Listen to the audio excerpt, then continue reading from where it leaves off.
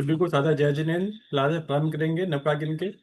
नमो अरिहंतानं, नमो सेतानं, नमो आयरियानं, नमो अर्थायानं, नमो लोए सबे साहुनं, ऐसो पंच नमो कारो सभे पाप पनासनो मंगलाणं च सभे सिंह परमं हवै मंगलम, परमं हवै मंगलम। देव की कृपा से जो कुछ मैंने समझा है जाना है उसके अनुसार आपके साथ चर्चा करने का भाव है। हमारा विषय चल रहा है 12 व्रतों का। इसमें हमने 7वां व्रत हमारा वर्तमान में चल रहा है। अभी हमने 12 व्रतों के माध्यम से 7वें व्रत में उपभोग परिभोग परिमाण व्रत के बारे में 2 क्लास के माध्यम से काफी बातें समझी। इसमें प्रमुखता हमारी 26 बोल की रही जो अभी तक हमने इसमें समझी। आज हमारा जो मेन लक्ष्य है वो है 15 कर्मदान का विषय। साथ साथ जो 26 बोलों में हमने अभी मर्यादा करी है उसकी मर्यादा के बाद उसके भी 5 अतिचार हैं। इस प्रकार हम 20 अतिचार का आज चर्चा करेंगे। ठीक है, 5 मिनट हम पहले इसी व्रत को थोड़ा समझते हैं। रिवाइज करने की अपेक्षा से 5 5 मिनट बहुत संक्षेप में, फिर अपने विषय पे आए। 7वां वो प्रभु परिमाण व्रत जिसको हमने दूसरा गुण व्रत के नाम से बताया।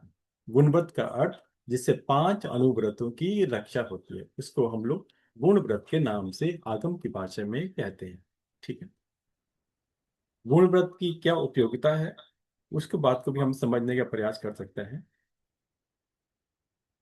जितने भी अभी तक हमने 5 अनुव्रत के माध्यम से अपने नियम प्रत्याख्यान कर कर जितनी कर्मों में कमी लाई, अब उन कर्मों में कमी लाने के बाद भी हम इन गुण व्रतों के माध्यम से फर्दर और इतनी कमी कर सकते हैं। ये गुण व्रतों का मेन कंसेप्ट है जिसको हमने समझना है। हमने छठे दिशा परिमाण व्रत में जो पहला गुण व्रत था उसकी अपेक्षा भी समझा। जितनी मर्यादा हमने पहले अहिंसा व्रत में करी उसके बाद भी दिशा परिमाण करने के कारण उसमें हमने कितनी और कमी कर पाई। कारण मैंने बताया था, जब आपने पहला अणुव्रत अहिंसा व्रत के बारे में समझा तब आपकी जितनी भी मर्यादा थी वो जिन वस्तुओं की आपने मर्यादा रखी वो संपूर्ण लोक के परिमाण के अनुसार। अर्थात जैसे मैंने एग्जांपल देके बताया था, अगर आपने 100 वनस्पति रखी हैं तो संपूर्ण लोक में जहां जहां वो 100 वनस्पति पाई जाती है उन सबकी क्रिया आपको लगती है। प्रश्न होता है, क्या संपूर्ण लोक में हम किसी भी समय हो सकते हैं? जवाब होगा नहीं, संभव नहीं। इसीलिए दिशा परिमाण का कंसेप्ट आया। दिशा परिमाण करने के बाद हमने संपूर्ण लोक को घटाकर सिर्फ जितना दिशा की परिमाण रखा, प्रतिदिन की अपेक्षा 10 20 किलोमीटर और की अपेक्षा 100 200 किलोमीटर, और लोक कितना बड़ा है, असंख्यात कोड़ा कोड़ी योजन परिमाण का। तो ये एग्जाम्पल के माध्यम से हमने इसकी उपयोगिता समझी कि गुण व्रत की उपयोगिता किस प्रकार से है। ये छठे व्रत का मैंने बताया। और 7वें व्रत की अपेक्षा जो हमारा विषय चल रहा है यहाँ पर हमने 26 बोलों के माध्यम से संपूर्ण सभी वस्तुओं का जो भी हमारे भोग उपभोग में आती हैं उनकी मर्यादा करके हमने उसको और संक्षेप कर दिया। अगर हमने दिशा परिमाण ना किया होता तो हमारी ये बोल भी संपूर्ण लोक प्रमाण की अपेक्षा खुल जाते। लेकिन पहले हमने दिशा की मर्यादा करी, दिशा को संक्षेप किया, और दिशा को संक्षेप करने के बाद हमने जितनी भी वस्तु की मर्यादा करी वो उस दिशा परिमाण के अंतर्गत ही रह जाती। और उसके बाद फर्दर जब हम 10वें व्रत में 14 नियम की अपेक्षा चर्चा करेंगे दिशा काशिक व्रत की अपेक्षा, तब हम इसको और हम इसकी मर्यादा को कर पाते हैं क्योंकि वो मर्यादा मात्र एक दिन अर्थात 24 घंटे की होगी। दूसरा पॉइंट ये था कि उपभोग परिभोग की आवश्यकता और क्यों पड़ी। इसका सिंपल कंसेप्ट ये है, एक तो मैंने आपको बताया दिशा परिमाण की अपेक्षा, दूसरा यह है कि संसार में जो भोग्य वस्तुएं हैं जो हम भोग सकते हैं, चाहे वो भोग की अपेक्षा हो या परिभोग की अपेक्षा हो, तो वहां पर बेसिकली वो अनंत वस्तुएं हैं और उन सभी वस्तुओं को हम उपयोग कभी भी कर नहीं सकते हैं। इसलिए हमने उनकी कैटेगरी को और कम कर दिया। 26 बोल के माध्यम से हमने एक एक आइटम की काउंटिंग को घटा दिया, चाहे वो हमारे सचित की अपेक्षा था, द्रव्य की अपेक्षा था, चाहे हमारे वस्त्र की अपेक्षा था। तो हमने अपनी इच्छाओं को और संक्षेप किया और मिनिमाइज किया और 26 बोल के माध्यम से अपनी डायरी में भर लिया, संकल्प कर लिया, नियम ले लिया कि हम इससे ज्यादा उन वस्तुओं का उपयोग नहीं करेंगे। तो इस प्रकार हमने 26 बोलों के माध्यम से ये समझा कि भोग्य वस्तु अनंत है, और जितना भी इन वस्तुओं को भोगा जाता है, हम हमारी भूख शांत नहीं होती, हमारी इच्छाएं शांत नहीं होती। इसीलिए आगम की जो लाइन मैंने आपको बताई थी, इच्छा हो आगा समा अनंत, या ये यही बताती है हमारी जो इच्छाएं हैं प्रत्येक व्यक्ति की, इसमें मैं आप सभी सम्मिलित हैं, आकाश के समान अनंत हैं। एक पूरी होती है, चार और नई सामने खड़ी हो जाती हैं। इसलिए जब तक हम इनका संक्षेप मिनिमाइज नहीं करते हैं, तब तक हम कर्म बंधन से बच नहीं सकते हैं। क्रिया वस्तुओं की लगती रहती है और हम कर्मों के भार से बढ़ते जाते हैं, और कर्म भार को बढ़ने के बाद उस कर्म भार से छूटना किसी भी व्यक्ति के लिए सरल नहीं होता। इसलिए हम लोग साधक हैं, शावक शाविका साधु साध्वी, चारों की अपेक्षा से भगवान ने त्याग नियम का एक नियम बताया, हमारे लिए 12 व्रत बताए, और साधुओं के लिए 5 महाव्रत का विधान दिया। अब आज के विषय से संदर्भ से जुड़ा हुआ पॉइंट शुरू करता हूं। अभी तो हमने 26 बोलों के माध्यम से भोग परिभोग की वस्तुओं की हमने बात करी, हमने उन वस्तुओं के बारे में समझ लिया, संक्षेप कर दिया। अब पॉइंट ये आता है कि वो आइटम, वो वस्तुएं आती कहाँ से हैं, उन्हें बनाता कौन है। और बनाने की अपेक्षा का मतलब ये हो गया कि हमने बिजनेस की बात करी, हमने इंडस्ट्री की बात करी, हमने उद्योग धंधों की बात करी, व्यवसाय की बात करी। तो यहाँ पर आप कोई भी व्यक्ति कोई तो काम करेगा ना। जो अगर आपको शैम्पू चाहिए, आपको कपड़े चाहिए, आपको आप पेय पदार्थ चाहिए, खाद्य सामग्री चाहिए, कोई ना कोई व्यक्ति तो मिलेगा संसार के अंदर, हमारे क्षेत्र के अंदर, जो उन वस्तुओं को बनाए, उन वस्तुओं को हमें फैसिलिटेट करे, हमारे पास उनको लेके आए। तो ये बेसिकली एक मेन पॉइंट है जिसके कारण से ये विषय प्रारंभ हुआ कि इनको किस प्रकार से काम किया जाए। अब यहाँ पर फिर एक उलझन आ जाती है। उलझन ये आ जाती है, हम करें क्या। आज हम लोग गृह जीवन में हैं, और गृह जीवन में रहने के कारण हमें अपनी गृह जीवन चलाने के लिए पैसा, धन, जिसको हम कुछ भी नाम दे सकते हैं, उसकी अर्जन करने की उसकी आवश्यकता पड़े।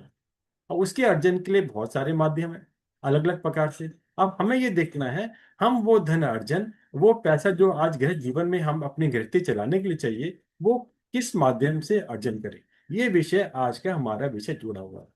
अब इसके अंदर अगर मैं आपको पहले की बात बताऊं, पहले के समय के जितने भी हम लोग जैन व्यवसाय वाले थे, उनके अंदर बहुत लोग 2-3 व्यापार ही आमतौर पर किया करते थे।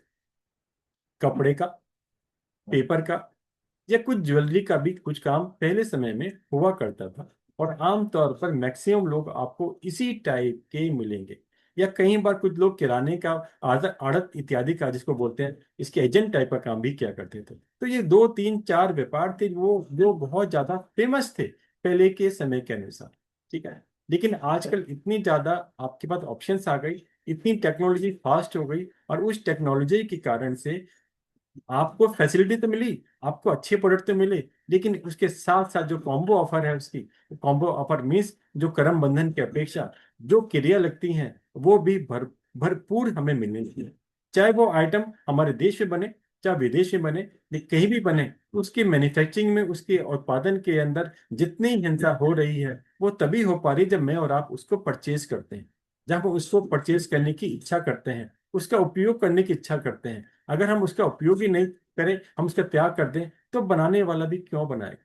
वो देखेगा इसकी सेल तो बहुत कम है, बहुत कम लोग डिमांड में हैं, तो इसको हम लोग छोड़ सकते हैं, हम कोई और काम कर सकते हैं। तो एक भूमिका है कि इस प्रकार इसकी बेसिकली ओरिजिन कहाँ से हुआ, किस प्रकार से इस इंडस्ट्री का या व्यवसाय का काम शुरू होता है। तो इस श्रृंखला के अंदर जो पॉइंट आता है वो आया कर्मादान का। अब पॉइंट ये होगा, कर्मादान का नाम क्यों लिया गया। काम तो बहुत सारे हैं, बिल्कुल है। कर्मादान का यहाँ पर, कर्मादान का व्यापार, बिजनेस करने की आपको प्रोत्साहन नहीं दिया गया, आपको एडवाइस नहीं की गई, आपको करने के लिए कहा नहीं गया। यहाँ पर जो 7वें व्रत के माध्यम से हमारा आज चर्चा है, वो है 15 कर्मदान वाले व्यवसाय, बिजनेस, इंडस्ट्री का त्याग करना। ये यहाँ पर जो भूमिका है आज के हमारे टॉपिक की, वो टॉपिक है हमें त्याग क्यों करना है। अभी मैंने आपको बताया 7वें व्रत के अंदर ये एक अलग, एक अकेला व्रत है जिसके अंदर 20 प्रकार से अतिचार बताए, 5 प्रकार के भोजन संबंधी, और 15 प्रकार के व्यापार संबंधी, अर्थात कर्म संबंधी। तो यहाँ पर इस व्रत के अंदर, इसलिए इस व्रत की भूमिका और बढ़ जाती है समझने के लिए कि हम इस व्रत को किस प्रकार से समझें, ताकि हम इस कर्म बंधन से बच सके, हम कर्म भार से हल्का हो सके। तो 15 कर्माधान से पहले जो 5 मेन अतिचार हैं, जिसको हम भोजन संबंधी बोलते हैं, पहले हम उसकी चर्चा करते हैं। इसके बाद हम व्यापार संबंधी जो हमारे कर्मदान के व्यापार हैं उसकी चर्चा करते हैं। ठीक है। तो 5 अतिचार जो भोजन संबंधी है, उसके अंदर सबसे पहले जो कंसेप्ट आता है वो आता है सचित संबंधी। नाम इसका क्या है? सचित आहारे, अर्थात सचित का आहार करना। अब ये मेरा अर्थ इसमें नहीं है, या ना ही बेसिकली हमारे जितने गुरु भगवान थे, आचार्य हैं या अरविंद भगवान हैं, उन्होंने ये नहीं कहा कि आप सचित का संपूर्ण त्याग कर दो। ये कभी भी जहाँ त्याग की बात आती है, वहां पर आपकी हमेशा जितनी भी कैपेसिटी है, जितना आप सक्षम हैं, उतना ही त्याग करने की बात की गई। लेकिन इसके साथ साथ हमें समझाने के लिए, प्रेरणा करने के लिए, हमें उसका स्वरूप बताने का जरूर प्रयास किया गया है। जब तक हम समझेंगे नहीं तो त्याग कैसे करेंगे? हमारे साधु साध्वी भगवंत जो भी हमारे क्षेत्र में विराजते हैं, पधारते हैं, वो हमेशा हमेशा हर समय हर प्रवचन के माध्यम से हमें त्याग की ही भूमिका में लाने का प्रयास करते हैं। कारण एक ही है, जिन चीजों को उन्होंने त्याग कर दिया, संपूर्ण त्याग कर दिया, अब वो हमें भी प्रेरणा करते हैं कि उस आप भी उस त्याग में आगे बढ़ो, ताकि हमारा जन्म मरण का संसार परिभ्रमण कम हो और हम भी मोक्ष को जल्दी प्राप्त कर सकें। ये उनका लक्ष्य होता है, हमारे गुरु भगवंतों का हमें प्रेरणा करने का, समझने का। अब यहाँ पे आते हैं सचित आहार, इस पहले अतिचार का अर्थ क्या है? अब ये है कि बेसिकली आपके पास कई सारी ऑप्शंस हैं। एक है सक्षम ऑप्शन, जिसमें आप बोलेंगे कि मैंने तो सचित का संपूर्ण त्याग कर दिया। जब आपने संपूर्ण त्याग कर दिया तो उसके सेवन की बात ही नहीं आती है। दूसरी ऑप्शन आती है, आप कहेंगे कि मैंने इसकी मर्यादा करी, मैं अभी संपूर्ण त्याग करने में सक्षम नहीं, लेकिन मैंने इसकी मर्यादा करी। मैंने 2 4 5 10 जितनी भी वस्तु हैं जो मेरे मुझे आवश्यक लगती हैं, जिससे मेरा काम नहीं चल सकता, मेरी आसक्ति ज्यादा है, उसको मैं त्याग करने की भावना रखता हूँ, भावना रखती हूँ। तो इस प्रकार से हमारा प्रश्न इसके अंदर चला। तो इस प्रश्न की अपेक्षा से हमने इसकी ऑप्शन देखी। पहली ऑप्शन आती है संपूर्ण त्याग की, दूसरी ऑप्शन आती है सचित की मर्यादा करने की। ठीक है ना। हमने 26 बोल के अंदर भी अंतिम के अंदर जब हमने बात की थी सचित और द्रव्य की, हमने बात 25वें बोल में हमने सचित की बात की और 26 में हमने द्रव्य की बात की। तो यहां पर मैं आपको उसकी अपेक्षा कतई नहीं करूंगा, हमने इसको पहले ही समझ लिया। अब तो सिंपल ये समझना है कि किस प्रकार से हमें दोष लग जाता है। अगर मैं कल्पना करूं कि आपने सचित का, पहली ऑप्शन की बात करता हूं, आपने सचित का संपूर्ण त्याग किया हुआ है, ठीक है ना, लेकिन कई बार अनभोग से, अनायास से, अचानक, जिसको हम बोलते हैं कि ध्यान नहीं रहा, और कोई वस्तु जो सचित है वो हमारे सेवन में, हमारे भोजन में आ जाती है। लेकिन यहां समझने की बात यह है कि यह कार्य आपने जानबूझ के करा या आपसे अचानक भूल से हो गया। अगर आपने जानबूझ के करा तो यहां पर यह अतिचार नहीं, अनाचार बन जाता है। अनाचार का अर्थ होता है आगम की भाषा में व्रत का भंग हो जाना। अगर व्रत भंग हो जाए तो आपके पास प्रायश्चित की ऑप्शन नहीं है। वो भंग होने के बाद पुनः हमें गुरु भगवंतों से या बड़े श्रावक श्राविकाओं से पुनः उस नियम को धारण करना होता है। ठीक है ना। लेकिन यहाँ पर हमारा विषय अतिचार का है, तो मैं ये समझता हूँ कि आपने जानबूझकर, अगर किसी भी श्रावक श्राविका ने कोई भी त्याग किया हुआ है, तो त्याग करने के बाद जानबूझकर उस त्याग का खंडन करना, उस नियम को तोड़ने के आपके भाव बिल्कुल नहीं होंगे। लेकिन कई बार भूल से, किसी कारण से ये काम हो जाता है, दोष लग जाता है। एक तो ये भूल भी दो प्रकार की होती है। एक तो भूल ये है कि अचानक आपके हाथ में कोई वस्तु आए और आपने उसको टेस्ट करने के लिए, चखने के लिए, देखने के लिए ये सही है या नहीं, आपने उसको अपने मुंह में सेवन कर लिया। दूसरा ये आता है कि वो वस्तु है सचित, लेकिन आपने उसको अचित समझा और अचित मान के उसको मुंह में रखा, अर्थात उसका सेवन किया। ये दो कल्पना इसके अंदर भी डिवाइड हो जाती है। ठीक है ना करके। लेकिन हम शावक शावक की अपेक्षा ये एक अपना अंदाजा लगाते हैं, समझते हैं कि हमने सचित को संपूर्ण रूप से समझा हुआ है, तो हमारी गलती होने की संभावना है, संभावना नहीं है। फिर भी अगर कई बार हमारे पास, हम केवल ज्ञानी नहीं है, अनंत ज्ञानी नहीं है, फिर भी कई बार काफी वस्तुओं के संदर्भ में ऐसा होता है कि वो है तो सचित, लेकिन हमने उसको धारणा में अपना अचित बना लिया।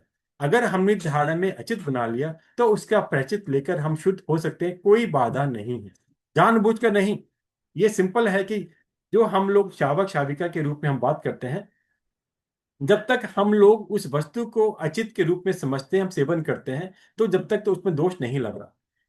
लेकिन जिस दिन आपको ये मालूम चल जाए गुरु भगवंतों से या किसी शावक शाविका से कि ये वस्तु सचित है, अचित नहीं है, तो आपने तुरंत उसी समय से उस वस्तु को सचित समझना है, अर्थात त्याग कर दे।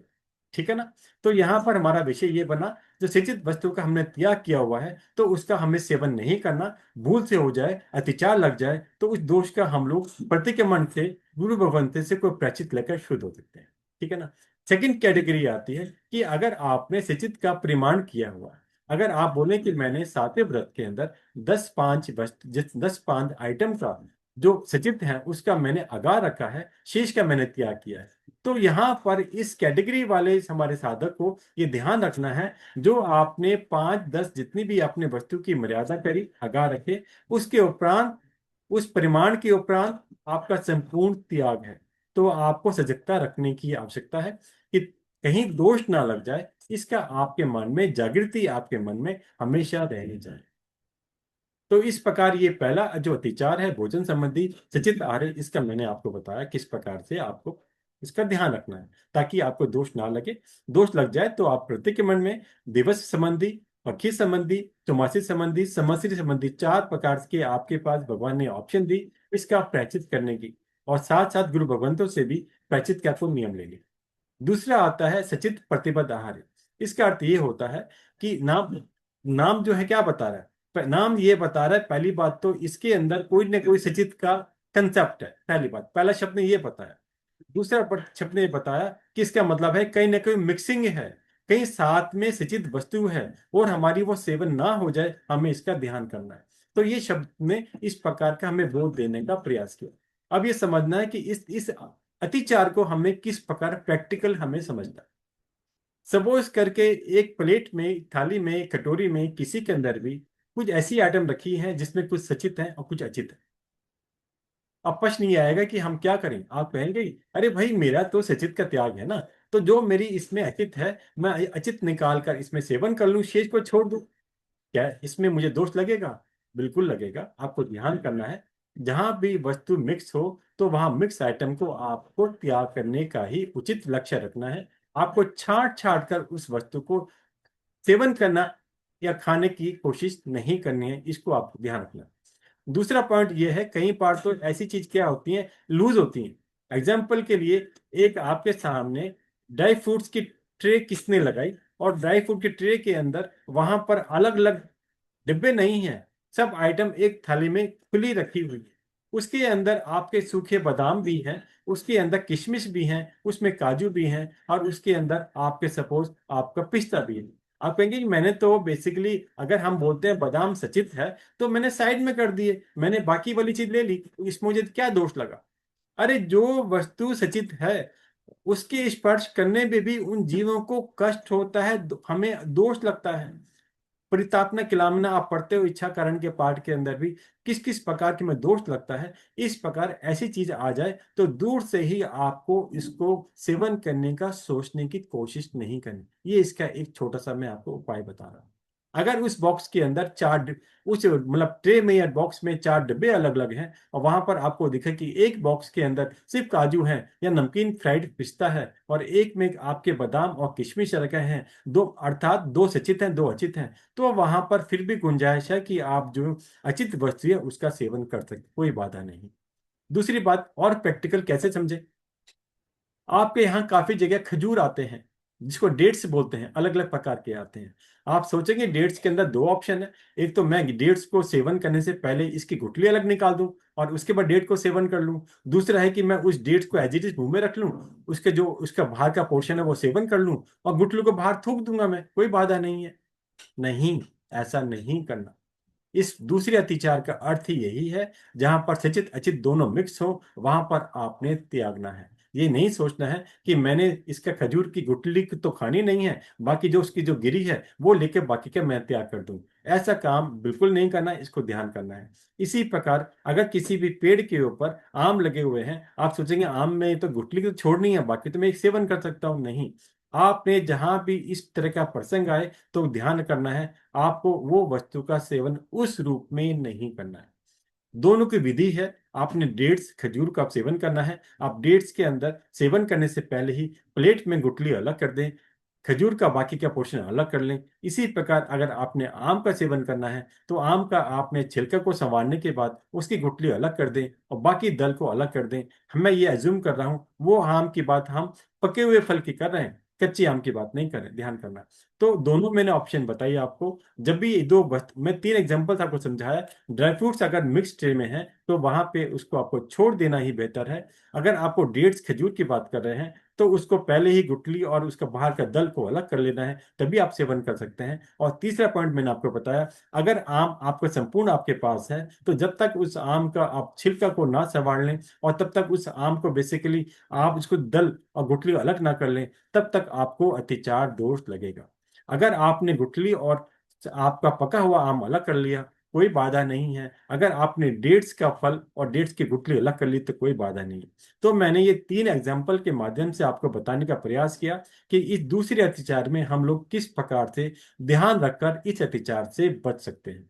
ठीक है, तो अर्थ ये हुआ कि जहां पर भी कोई मिक्सिंग हो तो आपने दूर रहने का ही प्रयास करना है। ठीक है, तीसरे अतिचार पे आते हैं, अब उल्लू से बकना। इसका सिंपल अर्थ होता है कि जो चीज अभी पूरी रूप से पकी नहीं, अध पकी जिसको हम बोलते हैं, उस वस्तु का हमने सेवन नहीं करना अगर हमारे से चित्त का त्याग है। ये सारी हम जो बात कर रहे हैं यहाँ पर सिंपल है कि अगर हमारा से चित्त का त्याग है तो उस हमें वस्तु का सेवन नहीं करना। अगर आपने उस पर्टिकुलर वस्तु की अगार में रखा हुआ है तो ये अत्याचार वहां पे नहीं लगते। लेकिन हमारा एजम्पशन है कि हम अगर जो वस्तु सचित है उसका आपने संपूर्ण त्याग किया है, ये मैं मान के चल रहा हूं, और जहां पे अपने मर्यादा करी हुई है तो मैं उसकी वस्तु को आपको छोड़कर शेष वस्तु की बात कर रहा हूं जहां पर आपने मर्यादा नहीं त्याग किया है। अर्थ ये निकला, जिन वस्तुओं का हमने संपूर्ण त्याग किया हुआ है उन वस्तुओं की हम बात कर रहे हैं। ये अतिचार उन्हीं वस्तुओं से संबंधित है।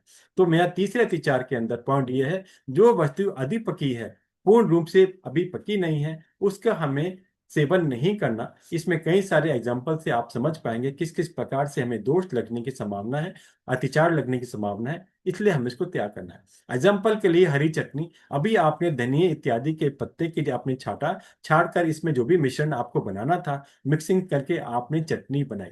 चटनी बनाने के बाद तुरंत उस चटनी को आपने सेवन नहीं करना आप, क्योंकि बेसिकली उसके अंदर जो प्रदेश हैं, जो जीव के प्रदेश हैं, वो इसमें सम्मिलित रहते हैं। इसके लिए उपाय ये है कि आप एक मुहूर्त के बाद आराम से सेफली उस वस्तु का उपयोग कर सकते हैं, कोई बाधा नहीं।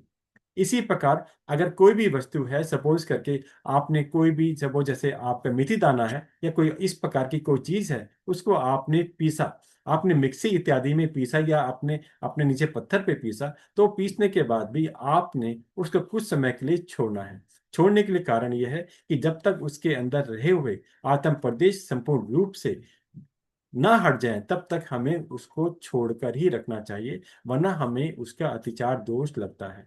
कारण वही है, सचित जीवों के प्रति हमारा जो एक अनुकंपा भाव रहता है, वही भाव हमारे हर रूप से हर वस्तु के प्रति होनी चाहिए।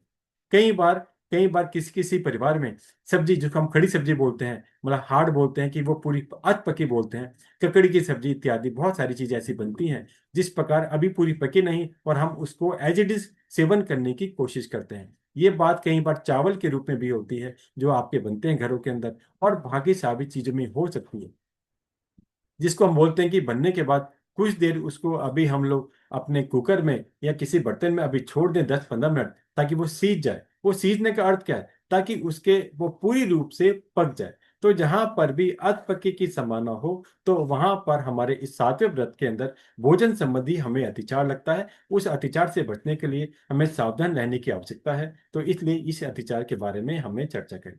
तो यहाँ पर मैंने आपको बता दिया, इसका सिंपल है, जो अभी पूर्ण रूपेण पका नहीं उसका हमें इस प्रकार से ध्यान रखना है।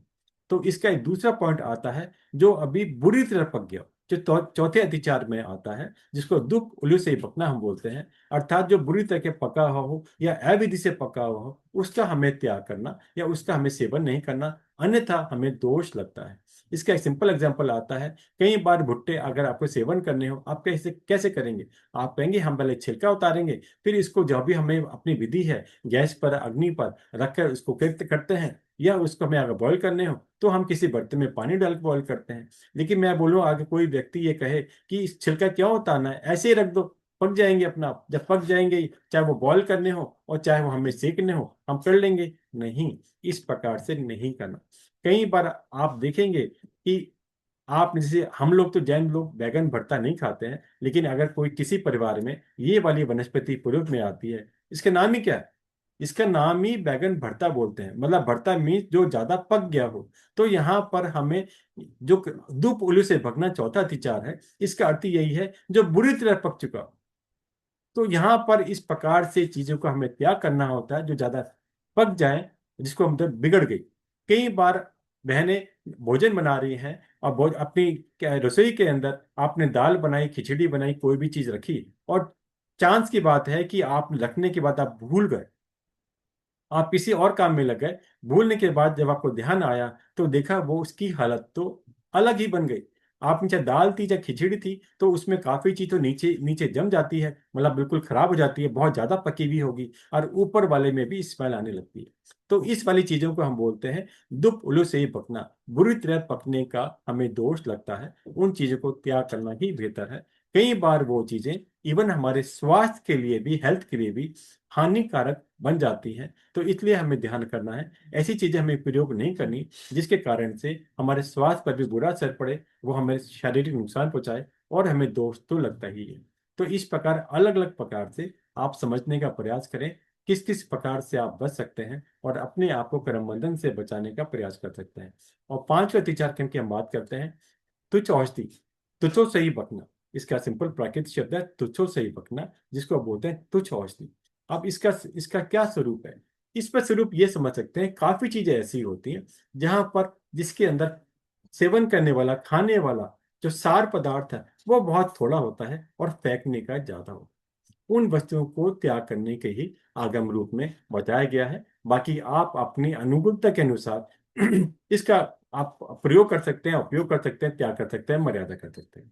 एग्जाम्पल, सीताफल, जिसको काफी जगह शरीफा भी बोलते हैं, इसी कैटेगरी में आता है। गन्ना, अगर बेसिकली आपको गन्ने के मौसम में चाहे आपको उसका जूस बनाना हो और चाहे बेसिकली आपने इसको टुकड़े करके सेवन करना हो, वहां पर भी जूस थोड़ा फेंकने वाला ज्यादा आता है। इसी प्रकार कई और चीजें ऐसी एग्जाम्पल के लिए होती हैं। खजूर की, जैसे मैं अभी आपको बात किया था, खजूर में भी क्या होता है कि बेसिकली सार पदार्थ कई बार कम होता है, फेंकने वाला ज्यादा होता है।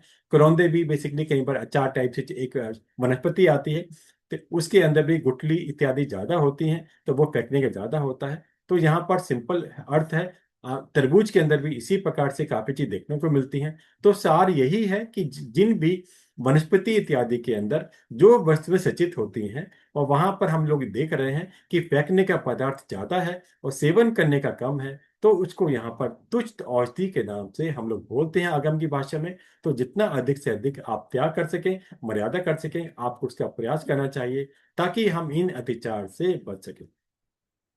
आप यहाँ पर आप सोच सकेंगे कि इस पांचवे वाले के अंदर तो ठीक है, अगर फेंकने का ज्यादा है तो मुझे क्या बाधा है इसके अंदर? फेंकने के, जब आप फेंकते हैं तो पहली बात, फेंकने के बाद वो चीजें कहाँ जाएंगी? उसमें चाहे वो बीज हो चाहे ऊपर का हिस्सा हो, जहां जाएगा उसमें जीवों की उत्पत्ति चालू रहती है। अगर मैं एग्जाम्पल के लिए आपको सीताफल की बात करूं, या मैं आपको बेसिकली गन्ने की बात बताऊं, या आपको बेसिकली तरबूज की बात बताऊं, या और एक सीताफल जिसे जिसे हम लोग बनता है पेठा, पेठे की मिठाई बनती है, तो उसके अंदर भी फेंकने का हिस्सा बहुत ज्यादा आता है, और इतनी मोटी लेयर होती है, वो आसानी से काफी समय तक भी उसके वो सूख नहीं सकता। उसकी बाहर की त्वचा जो है वो सूख नहीं सकती। नहीं तो उसमें क्या होगा? जन्म मरण जीवों का, वनस्पति का, जीवों का चालू रहता है। तो ये वाली चीज सभी के अंदर चालू रहती है। ये हमें समझने की बात है, किस प्रकार से हम इसको समझ सकते हैं। जिसके अंदर बीज होते हैं, बीज सचित्र रहते हैं, बीज सूखने के बाद भी अचित नहीं बनते। इन सब की क्रिया किसको लगेगी? मुझे और आपको लगेगी। अगर हमारे त्याग है और त्याग नहीं है, तो हमारी संपूर्ण उसकी क्रिया लगती रहती है। तो इस प्रकार ये मैंने भोजन संबंधी 5 प्रकार के अतिचार जो आपको बताने का प्रयास किया। जितनी भी अभी हमने 26 बोल के माध्यम से वनस्पति की अपेक्षा से जितने भी भोजन संबंधी वस्तुएं हम लोग काम में लेते हैं, उसका हमें ध्यान रखना है, ताकि हम इन अतिचार से बच सकें। जितना दोष लगेगा उतना हमारी आत्मा कर्म से भारी बनती है। उस कर्म से भारी अपनी आत्मा को बचाने के लिए हमें त्याग रूपी इन छोटी छोटी बातों का ध्यान रखना होता है, ताकि हम कर्म बंधन से बच सकें। ये इसका एक मेन स्वरूप है। अब हम अपने मूल विषय पे आते हैं, 15 कर्मदान का विषय। नाम की क्या है? कर्मादान, अर्थात कर्म के आदान। कर्मों का आदान कैसे? मतलब कर्मों के आने के रास्ते। तो कर्मदान का अर्थ ही क्या बना? जहां पे जिन भी क्रियाओं से, जिन भी काम धंधों से, जिन भी बिजनेस इंडस्ट्री से, जहां पर भी कर्मों के आने का रास्ता बड़ा हो जाए, ज्यादा हो जाए, तो उसको हमने कर्मदान बताया। और कर्मदान जहां पर आ जाता है, वहां पर शावक शाविका के लिए वो काम धंधे त्यागने का कथन किया गया है। यहाँ पर आपको ऑप्शन नहीं दी गई। सिंपल जितने भी 15 कर्मदान है, तो शावक के लिए इसको संपूर्ण त्याग करने का कथन किया गया। ठीक है ना? इसकी विशेष बात, जो एक ऑप्शन है, वो मैं आपको बाद में बताऊंगा। अभी इतना समझना है कि हमें जहां भी कर्मदान का विषय है, तो वहां पर उन काम धंधों से हमें बचने का, संपूर्ण त्याग रखने का भाव बनाना है, या संपूर्ण त्याग करना है। ठीक है? अब यहाँ पर मैंने प्रारंभ में आपको बताया था, जब हम लोग गृहस्थ लोग हैं, तो हमें अपनी जीविका चलाने के लिए, गृहस्थी चलाने के लिए पैसे की, धन की आवश्यकता बिल्कुल पड़ती है, इसमें कोई संदेह नहीं है। अब पॉइंट सिंपल ये है कि हम उससे किस प्रकार बचने का प्रयास कर सकते हैं, इसी प्रकार इसको हमें समझना है। तो समझने के लिए पहले पॉइंट तो ये है कि आप ये देखें, जहां काम धंधे से हिंसा कम हो।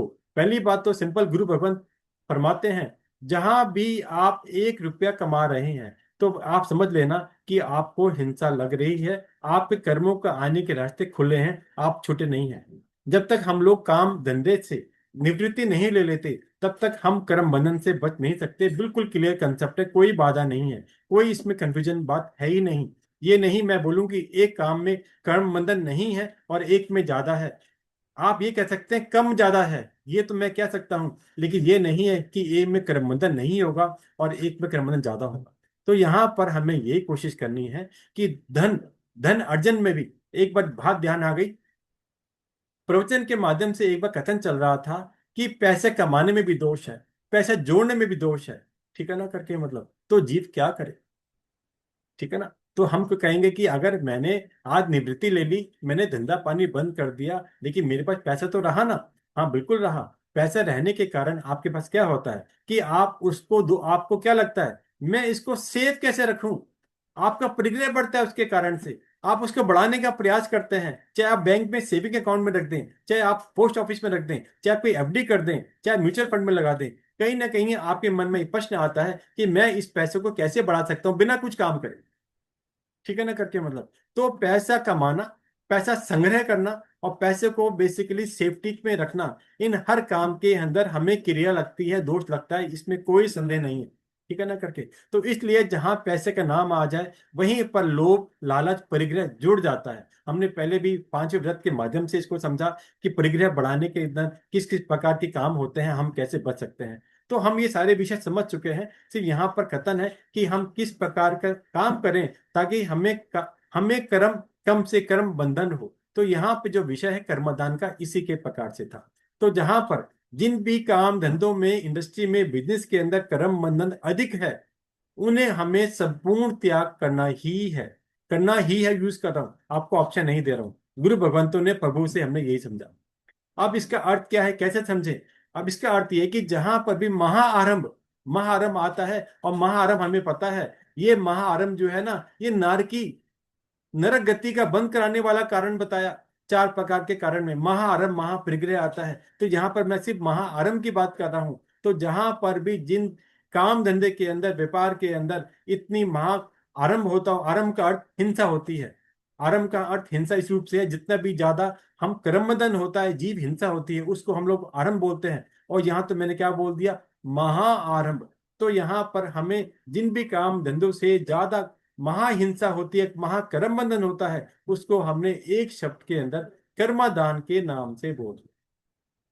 तो इसको और कैसे समझ सकते हैं? जहां पर हमारी आत्मा के साथ विशेष रूप से कर्मों का बंध हो, उसको हमने कर्मदान बोल दिया। और दूसरी बात, इसको और हम विशेष रूप से समझें, तो जिस भी क्रिया से, जिस भी कार्य करने से, जिस भी व्यापार से, बिजनेस से, इंडस्ट्री से हमारे ज्ञान वर्ण आदि 8 कर्मों का बंध होता हो, उसे हमने कर्मदान बोल दिया। तो ये मत समझना सिर्फ ये 7वें व्रत की बात है या किसी एक व्रत की बात है। आप समझ लेना कि बेसिकली हमारे 8 कर्मों का बंध आयुष कर्म कभी होता कभी नहीं होता। आयुष कर्म को छोड़कर शेष 7 कर्मों का बंध हमारा प्रति समय होता ही रहता है। इसलिए हमें प्रति समय सजग रहने की, जागरूक रहने की आवश्यकता है कि हमारे कर्मों का बंध ना हो या कम से कम। इसीलिए हमें इस कर्मदान के विषय को समझने की आवश्यकता है। इसमें जीव हिंसा की सबसे ज्यादा अधिकता है, बहुलता है, इसीलिए हमने इसको महाआरंभ की बात करी। ये सारे अनर्थकारी कार्य हैं, इसका त्याग करना ही प्रमुख लक्ष्य हर साधक का होना चाहिए। साध्वी तो त्याग कर चुके संपूर्ण महाव्रत के माध्यम से, लेकिन हमारे पास अगार की एक माध्यम है जिसके कारण से हमें इसकी मर्यादा करने की ऑप्शन दी हुई है। ये सारे काम आगम की भाषा में निंदनीय है, अकरणीय है। गुरु भगवंत हमेशा यही प्रेरणा करते हैं कि ये काम हमें नहीं करने। आज से 20 साल पुरानी बात थी, एक बार जब मैंने कार परचेज करी, गुरु भगवंतों से चर्चा करी, उन्होंने बोला अब तो आपने अपनी हिंसा दुगनी कर दी। पहले आप दो पहिए पे चलते थे और अब 4 पहिए पे चलेंगे, आपने हिंसा डबल कर दी।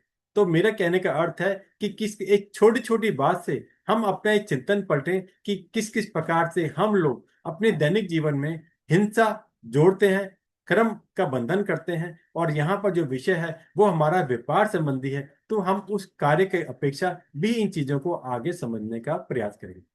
ठीक है। इसकी एक एक्सेप्शन है, अपवाद है, इसको मैं सबसे अंत में बताऊंगा, क्योंकि उस अपवाद से हमें बचने का प्रयास करना है, इसकी हमें प्रभावना नहीं करनी। तो इसको उसकी इसी 15 कर्मदान का जो एक अपवाद है उसको मैं सबसे अंतिम में लेकर चलूंगा। ठीक है ना। आप इस 15 कर्मदान के अंदर सबसे पहला आता है कर्मदान इंगालकम, अर्थात अंगारकरम। तो अगर इसको एक शब्द में बोलूं तो यहाँ पर अग्नि काय का विशेष आरंभ होता है, और उस आरंभ से हमें बचने की अपेक्षा ये कथन किया गया किस प्रकार से हम लोग इस प्रकार के कामों को, बिजनेस को, इंडस्ट्री को त्याग कर, छोड़कर इस जीव हिंसा कर्म बंधन से बच सकते हैं।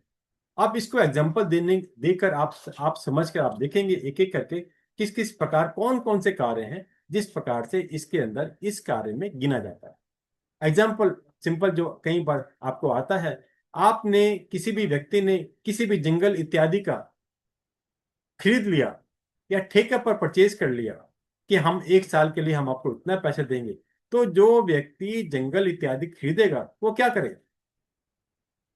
वो खरीदने के बाद बेसिकली वहां पर जो भी वस्तुएं हैं उसकी हिंसा करेगा।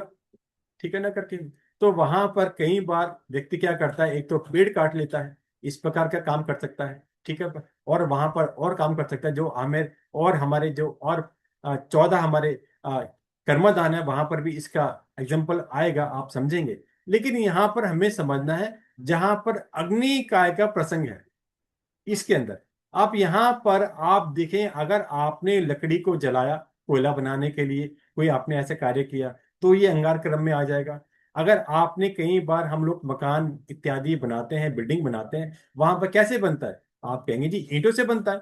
ईंट कैसे बनती है? ईंट भट्टों के अंदर मिट्टी का काम आता है। मिट्टी कौन सा है? मिट्टी पृथ्वी काय का जीव है। लेकिन पृथ्वी काय के जीव के बाद जब हमें उस ईंट को पकाना है, हम बड़े भट्टे भट्टे लगाते हैं और उसमें इतनी अग्नि काय का महाआरंभ होता है जिसकी हम कल्पना नहीं कर सकते। इसलिए बेसिकली ईंट भट्टा इत्यादि को सबसे महाआरंभ कार्य को बताया गया, इसलिए उस चीज को बनाने के अंदर आपको कार्य नहीं करना। इसी प्रकार कुम्हार, मिट्टी के जो भी बर्तन होते हैं, ठीक है ना, आजकल तो बेसिकली और सारी चीजें आपके पास आ गई, फिर भी बहुत चीजें हैं जहां पर वो मिट्टी से ही बनते हैं और कुम्हार इत्यादि इसको बनाते हैं। आप कहेंगे आजकल कौन सा एग्जाम्पल हो सकता है? काफी जगह आप देखें कुल्हड़ में चाय मिलती है, काफी जगह आज भी बेसिकली आपके घड़े सुराही आज भी काम आती है। हमने पीछे एक बार चर्चा की थी पृथ्वी का नमक के अंदर, अगर हमें बेसिकली नमक, काला नमक बनाना हो तो काला नमक बनाने के लिए इसको बड़े बड़े घड़े के अंदर हम समुद्री नमक को डालते हैं और चीजें मिक्स करते हैं, एक पूरा इसका प्रसंग है। फिर अग्नि भट्टी में वो भी पकाया जाता है, वो भी महाआरंभ का कार्य है। इसी प्रकार जितनी भी हम बेकरी की आइटम आज हम लोग घर में सेवन करते हैं, बिस्किट इत्यादि बेकरी प्रोडक्ट्स यूज करते हैं, वे भी सब इसी कार्य में आते हैं। इसके अलावा हलवाई का बिजनेस जो भी हमारी है, जितने हम लोग बेसिकली अलग, चाहे हल्दीराम बोल दें, कोई और बोल दें, जो जितने भी हमारे जी स्वीट शॉप हैं, तो वहां पर भी आप कल्पना करें कितनी ज्यादा ये महाहिंसा आरंभ का कार्य चल रहा है। इसी प्रकार रेस्टोरेंट है, वहां पर भी लगातार कितने कितने बड़े बड़े आपके चूल्हे अग्निकांड चलते रहते हैं। तो यहाँ पर आपका प्रश्न हो सकता है कि ये तो छोटे बड़े दोनों होते हैं। एक छोटा, एक आपके हमारे गली के अंदर कोई हलवाई है, एक छोटी गैस लगा के बैठा है, और एक बड़ा हलवाई है। बिल्कुल, यहाँ पर मैंने प्रारंभ में आपको बताया, यहाँ पर हमने उन्हीं धंधों की बात करी जो बहुत बड़े बड़े धंधे होते हैं। ठीक है ना, करके एक जहां हमारा जो कथन है वो बेसिकली इंडस्ट्री या बड़े बड़े बिजनेस की अपेक्षा से, जहां बड़ी बड़ी मशीनें यूज की जाती हैं। आज जितने जितने बड़े मल्टी ब्रांड हम लोग अपने घर में सामान लेके आते हैं, चाहे वो हल्दीराम हो, चाहे बिकानो हो, जो भी जहां जहां जो भी ब्रांड चलता हो, एग्जांपल देके बता रहा हूँ, किसी ब्रांड की बात नहीं है, मतलब जहां पर बहुत बड़े स्केल पर वो आइटम नमकीन इत्यादि या हमारी मिठाई इत्यादि बनती हैं, वे सभी इस आरंभ के कार्य में गिनी जानी चाहिए और गिनना हमें चाहिए। भड़भूजा इसी प्रकार से, जहां पे भूनने का काम होता है बड़ी बड़ी चीजों का, आज जो चीज हमारे पास चने इत्यादि आते हैं, तो यहाँ पर एक छोटा भी भड़भूजा हो सकता है, और एक जहाँ पे बहुत बड़ी इंडस्ट्री है, बहुत बड़ी फैक्ट्री है, तो वहां पर जितना बड़ा कार्य उतनी ज्यादा महाहिंसा। तो इन सब कार्यों को उसी कैटेगरी में गिना है। इसी प्रकार लोहा, अब यहाँ पर लोहार एक छोटा एक बड़ा है, एक टाटा स्टील का प्लांट है, और एक आपकी गली में छोटा सा एक एक छोटी शॉप है जो कि लोहे को तोड़ा मोड़ करके आपको आइटम बनाता है। आप इन दोनों के नाम से समझ सकते हैं किस प्रकार का कार्य है।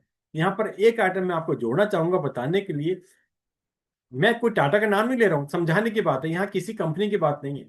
टाटा की भट्टी, एक बार एक प्रश्न चला गुरु भगवंतों से, बेसिकली शुक्ल ध्यान के अंदर जो हमारे निकाचित क्रम है उनको, उनकी निर्जर कैसे हो सकती है।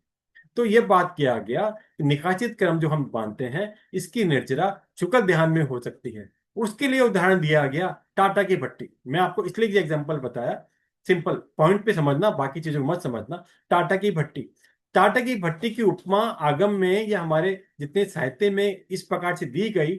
अगर मैं आपको लोहे का तवा जिस पे आप रोटी बनाती हैं उसको लेकर अगर आप देखेंगे, आप घर में उसको डेली गैस पे अपनी रोटी इत्यादि बनाती हैं, क्या वो पिघलता है क्या? आप कहेंगे नहीं, बिल्कुल नहीं पिघलता। और अगर उस टाटा की भट्टी में उससे 20 गुना बड़ा तवा जो कमर्शियल दुकानों पे रेस्टोरेंट में होता है, उस तवे को अगर टाटा की भट्टी में डाली जाए तो वो कुछ सेकंड में पानी बन जाएगा। पानी मीन्स लोहे का पानी।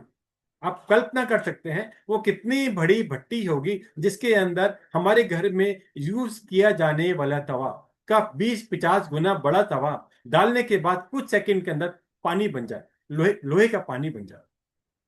तो कितना महाआरंभ उस अग्निकाय का हो रहा होगा, इसको हमने पहले कर्मादान इंगाल कम में गिनने हैं। मैंने आपको ये सारी बात सिर्फ आपको एग्जाम्पल, ये एग्जाम्पल में अर्थ समझना, एग्जाम्पल के पॉइंट मत जाना। एग्जाम्पल में कई बार छोटे बड़े एग्जाम्पल हो सकते हैं, यहाँ हमें सिर्फ पॉइंट समझना है। जहां पर भी अग्निकाय जीवों का विशेष आरंभ होता हो, वहां पर उसको हमने पहले कर्मदान के माध्यम से इंगाल कम में गिनना है।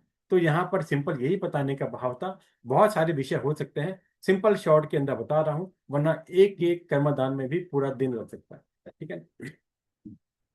दूसरा पॉइंट हमारा आता है वन कम, दूसरा कर्मदान वन कम। तो यहां पर भी हमें समझना है, जिस प्रकार मैंने आपको पहले आपको बताया, अंगाल कम्मे के अंदर भी अगर किसी ने, अगर कोई जंगल इत्यादि जगह परचेज कर ली या किराए पे ले ली, ठेके पे ले ली, तो वहां पर किस प्रकार का आरंभ करता है। तो वहां पर तो जो हमारा संदर्भ था, रिलेशन था, वो अग्निकाय जीवों का योग मिलने पर उस चीज का प्रयोग का था। चाहे वो वन, जितने भी आपने जंगल वन इत्यादि लेने के बाद उसकी लकड़ी को आपने बेचा, किसी हलवाई को बेचा ताकि अग्निकाय की हिंसा हुई, तो वहां पे संदर्भ तो वो वाला था। ठीक है ना। तो यहाँ पर दूसरे अतिचार के अंदर जो पॉइंट है वो वनस्पति काय की जीव हिंसा का है। तो यहाँ पर लक्ष्य बदल गया। पहले में लक्ष्य अग्निकाय का जीव का था, और इस वाले के अंदर दो लक्ष्य है, वो वनस्पति काय जीवों को बचाने का लक्ष्य था। ठीक है ना।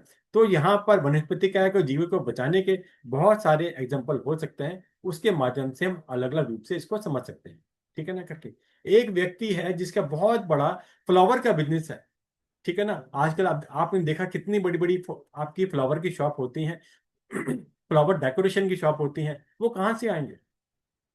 वो सारे जिन लोगों ने इस प्रकार से बड़े बड़े फ्लावर को आप उगाते हैं, बनाते हैं, चाहे वो इंपोर्टेड हो चाहे वो इंडियन हो, तो जितना बड़ा आपका व्यवसाय है, बिजनेस है, इंडस्ट्री है, उसी के अनुसार उतनी ज्यादा हिंसा का योग आपको लगता है।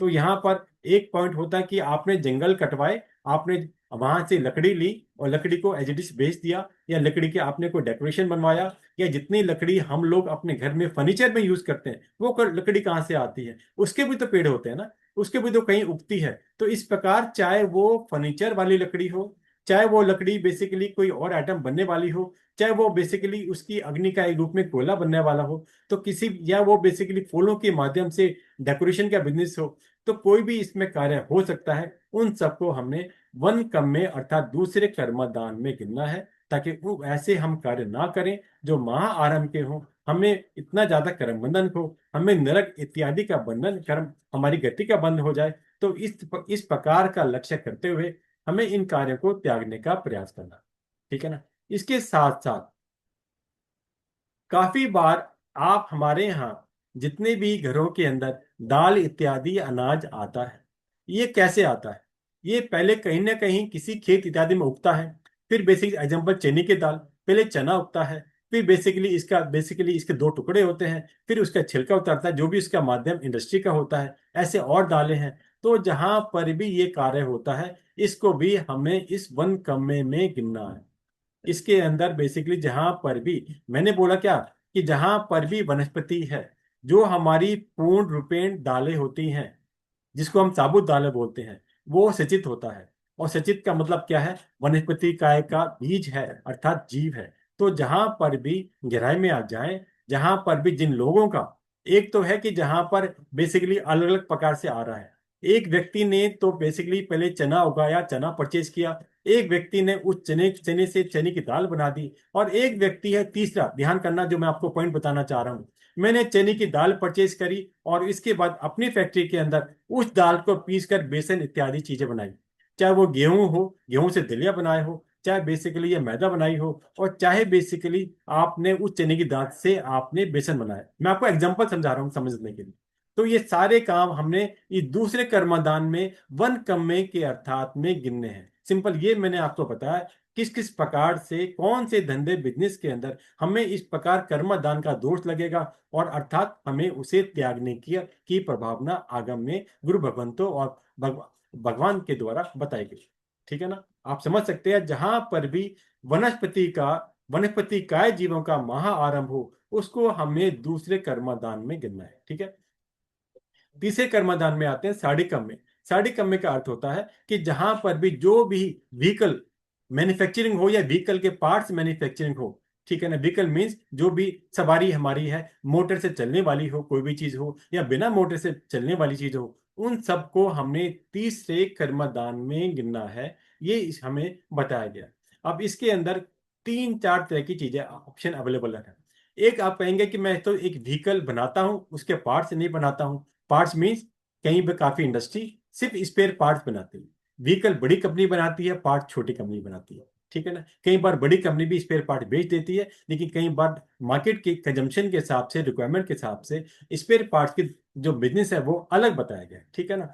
इस प्रकार अगर आप देखेंगे कि छोटे छोटे जैसे तांगा इत्यादि है, आजकल कम चलता है, लेकिन कोई भी बैलगाड़ी है, आप गाँव के अंदर आपकी खेती के अंदर अलग अलग प्रकार से आपको चीजों की जरूरत पड़ती है। तो वहां पर आज भी चाहे वो लकड़ी से बने, कुछ भी बने, लेकिन जब वो चलेंगे, कोई भी व्हीकल, छोटा हो बड़ा हो, पर्सनल व्हीकल हो, इंडस्ट्रियल व्हीकल हो या बिजनेस व्हीकल हो, चलेंगे थोड़ा सड़क पर ना। सड़क पर मीन जमीन पर चलेंगे। जमीन पर जहां भी व्हीकल चलते हैं तो जीवों की क्षय का, जीवों की हिंसा होती है। तो हमारे सारे पॉइंट ध्यान करना, चाहे उसका स्वरूप किसी भी प्रकार से हो, उसका मेन पर्पस है जीव हिंसा से हम कैसे बचें। मेरे हर क्लास के माध्यम में आपको सिंपल टॉपिक में लिखा होता है कि मैं कर्म बंधन से कैसे बचूं। हमारा लक्ष्य एक ही है, कर्म बंधन से बचना। उसी कर्म बंधन से बचने के माध्यम से हम अलग अलग स्वरूप से समझते हैं, क्योंकि हमारी बुद्धि छोटी होती है। हम इन सब चीजों को अलग अलग समझते लगते हैं, लेकिन टेक्निकली जब हम डिटेल में जाते हैं, हम देखते हैं उन सब के अंदर पूर्ण रूपेण हिंसा छिपी हुई है। तो इसलिए जब तक हम नाम खोल खोल कर उसका चिंतन ना करें, ना समझे, हम उसका स्वरूप नहीं समझ पाते। तो यहाँ पर जितने भी ट्रांसपोर्टेशन बिजनेस है, ट्रांसपोर्टेशन मीन्स बिजनेस, ट्रांसपोर्ट के बिजनेस हैं, जितने भी हमारा माल, बिजनेस के सामान, पेटियां हो, बड़ी गांठें कपड़े की हों, ये सारे बड़े बड़े ट्रांसपोर्ट के काम होते हैं। इसी प्रकार कई बार छोटे रेंटल ट्रांसपोर्ट, कैसे प्रकार के, सपोज करके मुझे राजस्थान जाना है, दिल्ली से राजस्थान जाना है, और राजस्थान जाने के लिए मुझे ऑप्शन क्या है, भाई मैं कार भी हायर कर सकता हूँ। तो जो लोग कार हायर का बिजनेस करते हैं, जो लोग अपनी पर्सनल व्हीकल किराए पे देते हैं, वो भी इसी काम में गिना जाता है। तो यहाँ पर तो इसको ध्यान करना है। तो यहाँ पर इसका स्वरूप इसके अंदर भी है, और आगे में एक आपको दूसरे कर्मदान में भी इसका हम स्वरूप समझेंगे। लेकिन यहाँ पर जो स्वरूप है वो बेसिकली व्हीकल का है, बनाने का है, उसके पार्ट्स का है, उसकी मैन्युफैक्चरिंग का है, ठीक है ना, और ट्रांसपोर्टेशन का है। तो इस प्रकार इस तीसरे के अंदर आप इस प्रकार इसको समझ सकते हैं, किस प्रकार हम इसको समझते हैं, ठीक है। तो चौथे, अब इसके अगले पॉइंट में हम जाते हैं। चौथा जो हमारा कर्मदान है वो फोड़ी करने का है। फोड़ी करने का मतलब नाम ही क्या पता, फोड़ना। फोड़ना अर्थात किसको फोड़ेंगे, पृथ्वी काय को फोड़ने काम आता है। तो इसको ऐसे समझना है, जो भी कार्य जमीन को फोड़ कर किए जाते हैं, वो सारे इस पांचवें कर्मदान में आप गिनेंगे, ठीक है ना करके। तो एक एक प्रकार से हम समझ सकते हैं किस किस प्रकार से हमारा कार्य चल रहा है, ठीक है ना करके। आप चाहे बेसिकली वो माइनिंग का काम में हो, ठीक है ना करके। माइनिंग मीन्स मतलब बेसिकली आप इसको समझ सकते हैं कि आपने लिया कि कोई आपने 2 मील, 1 किलोमीटर, 2 किलोमीटर गहरी माइनिंग माइन इत्यादि होती हैं। तो इस तरह का हमें कार्य नहीं करना, चाहे वो पत्थर की हो, चाहे कोयले की हो, चाहे किसी और रूप की हो। तो पृथ्वी को जहां पर भी फोड़ने इत्यादि का काम है, तो हमें उससे बचने का प्रयास करना है। इस कोड़ी कमरे के अंदर इस प्रकार का बताया गया। तो कई बार क्या होता है, आप देखेंगे आपके घरों के अंदर आजकल बोरिंग की जाती है पानी के लिए, और बोरिंग भी आज को 150, 200, 300 फुट तक की जाने लगी, क्योंकि अंडरग्राउंड पानी कम होता जा रहा है। तो ये कार्य भी इसी के अंदर ही थोड़ी कम में आप गिनेंगे। फिर भी आप, लेकिन यहाँ ध्यान करना, यहाँ पर जो मैंने आपको बताया है, ये बेसिकली बिजनेस के अपेक्षा से, अगर आपने आज अपना कोई मकान बनाया है और आपको वहां पर बोरिंग कराने की आवश्यकता है, तो आप उसका अपनी स्वयं की अपेक्षा अगार लिख सकते हैं, क्योंकि ये आपका धंधा नहीं है, बिजनेस नहीं है। लेकिन जो व्यक्ति कर रहा है, अगर आप ये चाहें कि मेरा ऐसा बिजनेस हो, तो आपने उसको त्याग करने का भाव बनाना है। ये यहाँ पर इसके कहने का भाव था। इसके बाद अगला कर्मधान आता है दंत वाणिज्य। दंत वाणिज्य का अर्थ है, नाम में बता रहा है, दांत, दांत। तो यहाँ पर वो धंधे जहां पर किसी भी जीव की, मतलब पचेंद्रिय जीव की हम बात करते हैं, हाथी दांत की बात करते हैं, और यहाँ नाम तो दांत वाणिज्य है, लेकिन इसके अंदर उनकी जो स्किन, अगर खाल इत्यादि का कोई कार्य है, वो भी इसमें सम्मिलित समझना। ये मत समझना कि दांत तो सिर्फ हाथी के प्रयोग में आते हैं, तो ये पॉइंट सिर्फ हाथी के लिए हुआ। ये सिंपल आपको एग्जाम्पल देने के लिए बताया। इसमें चाहे बेसिकली किसी और जीव की, पचेंद्रिय बड़े जीवों की, चाहे उनके बाल की अपेक्षा बात हो, चाहे उनकी चमड़ी की बात हो, चाहे और किसी पार्ट की बात हो सकती है, तो उन सभी की अपेक्षा आपको समझना है।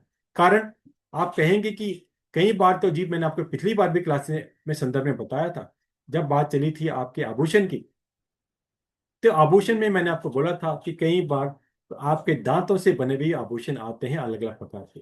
तो यहाँ पर बताने का लक्ष्य यह है कि वो जो भी आपका दांत का बिजनेस है, आप बड़ा एक्सपोर्टर हैं, आप उससे अलग अलग चीजें बनाते हैं, आप हैंडीक्राफ्ट्स के आइटम बनाते हैं, ठीक है ना करके। तो एक तो वो चीज वहां पर ऐसा नहीं है जो मृत कोई, अगर कोई एनिमल है उसी की बनेगी। जो लोग बिजनेस करते हैं, उस आइटम के लिए अगर कोई एक्सपोर्टर है और उसको बेसिकली हैंडीक्राफ्ट आइटम बनानी है, वो तो अपने सप्लायर को बोलेगा, भाई मुझे तो इतने दांत, इतना मटेरियल, जो भी यूनिट आती होगी, सिस्टम होगा, मुझे ये चाहिए। तो जो उसके सप्लायर होंगे, वो ये नहीं कि जो मरे हुए प्राणी हैं उनके लाके देंगे, वो उसके लिए उन पचेंद्रिय जीवों की, बड़े बड़े जीवों की घात करते हैं वो आइटम निकालने के लिए। तो इसलिए हमने वो काम करना नहीं है, उसकी प्रभावना नहीं करनी है, और अगर उससे बनी कोई वस्तु हम यूज करते हैं, उनका भी हमें त्याग देना चाहिए, क्योंकि वो आइटम यूज कर कर हम उसको प्रभावना कर रहे हैं कि आप ये आइटम बनाओ। इसलिए हमें इसका ध्यान करना है। ये काम नहीं करना, कर्मदान की अपेक्षा हमारा लक्ष्य था ये कार्य नहीं करना, इसका बिजनेस नहीं करना। इसके साथ साथ आप चिंतन करें, इन आइटम का यूज भी हम क्यों करें। जहां तक अधिक से अधिक आप त्याग कर सकते हो, आपको उसके त्याग रखने की इच्छा कामना करनी चाहिए, इसकी प्रभावना करनी चाहिए। मैं स्वयं भी यूज नहीं करूंगा और दूसरों को भी यूज ना करने की प्रभावना आप शावक शाविका होने के नाते आप कर सकते हैं। इस प्रकार आप समझ सकते हैं। इसके बाद लख वाणिज्य। लख में आप जानते हैं, आप बहने हैं, काफी बार बेसिकली लाख की आपने चूड़ी इत्यादि कंगन काफी जगह बिकते हैं, आपने यूज किए होंगे। लेकिन क्या हमें यूज करने चाहिए? शावक शाविका होने के नाते लाख की बनी सभी वस्तुओं का हमें अपने पर्सनल के लिए संपूर्ण त्याग अवश्य करना चाहिए। साथ साथ जो लोग इस व्यापार में लगे हुए हैं, अगर आपका भी कोई व्यापार इस प्रकार का हो तो आपने तुरंत उसके त्याग करने के भाव बनाने चाहिए। पूछेगा कारण? कारण ये है कि जहां पर भी इस व्यापार के अंदर ये आइटम जो बनती है, ये कीड़ों के आरंभ से बनती है। तो इसलिए जहां पर भी जीवों के आरंभ की, हिंसा की, महारंभ की बात आती है, तो उसका हमें बिजनेस व्यापार क्यों करना? क्या उसके बिना हमारा कार्य नहीं चल सकता? बिल्कुल चल सकता है। तो हमें उसका इस प्रकार का प्रयास करना है कि हमें ऐसी कोई भी वस्तुएं जहां पर जीव हिंसा का योग ज्यादा आता है, उसका हमें त्याग रखने की पूरा पूरा मानस बनाना चाहिए और त्याग करने का भाव बनाना चाहिए। इसके बाद नेक्स्ट पॉइंट आता है हमारा केश वाणिज्य, बाल। सबसे ज्यादा ये चीजें आजकल हमारे देश में या वर्ल्ड ओवर बिजनेस पर्पज से, एक्सपोर्ट के पर्पज से की जाती। जो आज आर्टिफिशियल बाल या विग इत्यादि बनती है, वो बेसिकली इसी व्यापार की देन है। तो बेसिकली इसके लिए बहुत सारे ऑप्शन होती है। कहीं अगर आपको ह्यूमन मतलब कि इंसानों का चाहिए तो दास दासी का भी आप बाल हटा सकते हैं। कई बार जानवरों का है तो उनके भी कर सकते हैं। तो जहां भी इस प्रकार की आपको आवश्यकता है, तो मैंने अभी आपको बताया, तो इसकी अगर आपको प्रोडक्शन ज्यादा चाहिए, ज्यादा मात्रा में क्वांटिटी में चाहिए, तो आप इसकी हिंसा से बचने का भी प्रयास नहीं करते। जो लोग इस व्यापार में लगे हुए हैं, तो वहां पर सिर्फ ये नहीं कि कोई अगर ऐसी चीज है जहां पर किसी जीव की हिंसा नहीं हो रही है, सिंपल आपने ऐसे निकाली नहीं, वो निकालने में भी इस प्रकार की उसके बिजनेस में ऐसी चीजें यूज की जाती हैं जहां पर उनकी चमड़ी भी अलग हो जाती है, वो जीव की घात भी हो जाती है। तो हमने सिर्फ अपने पैसे कमाने के कारण से ये कार्य किया। तो ऐसा कार्य हमें स्वयं करना नहीं और उन आइटम का भी प्रयोग करने की कोशिश नहीं करनी जहां पर भी इन चीजों का समावेश है। तो इस वाले कर्मदान का इस प्रकार का स्वरूप था। इसके बाद रस वाणिज्य।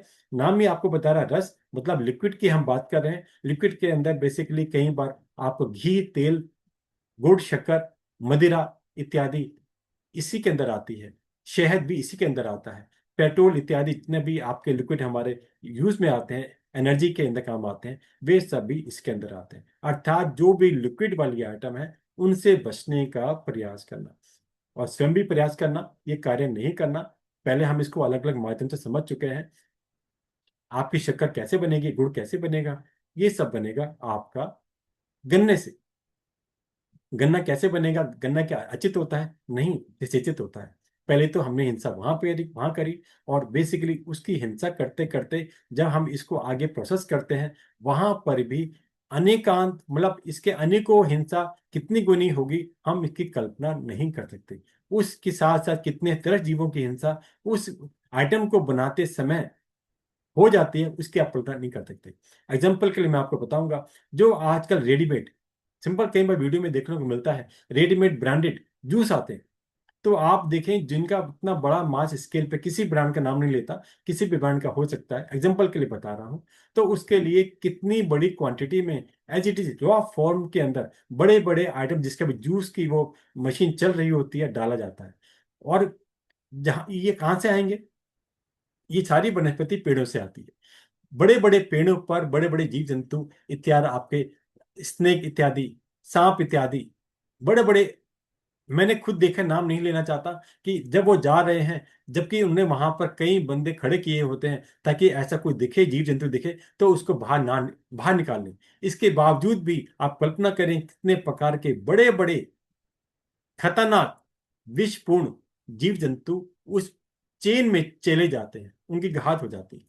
और नहीं केवल घात हो जाती है, वो उस हमारी खाद्य सामग्री में कितना दूषित करते हैं। चाहे वो जितना भी प्यूरिफाई कंपनियां करती हैं वो अलग बात है, इसके बाद भी मतलब मेरा ये एग्जांपल बताने का प्रयास है कि कितनी बड़ी हिंसा इन सब जो लिक्विड आइटम बनने वाली हैं, मार्केट में बिकने वाली हैं, उसके अंदर इस प्रोसेस में होती है। तो ये कार्य हम स्वयं ना करें, और इसके और इनमें जितनी भी चीजों का आप बचने का प्रयास कर सकें, उससे बचने का प्रयास करने का भाव रखें।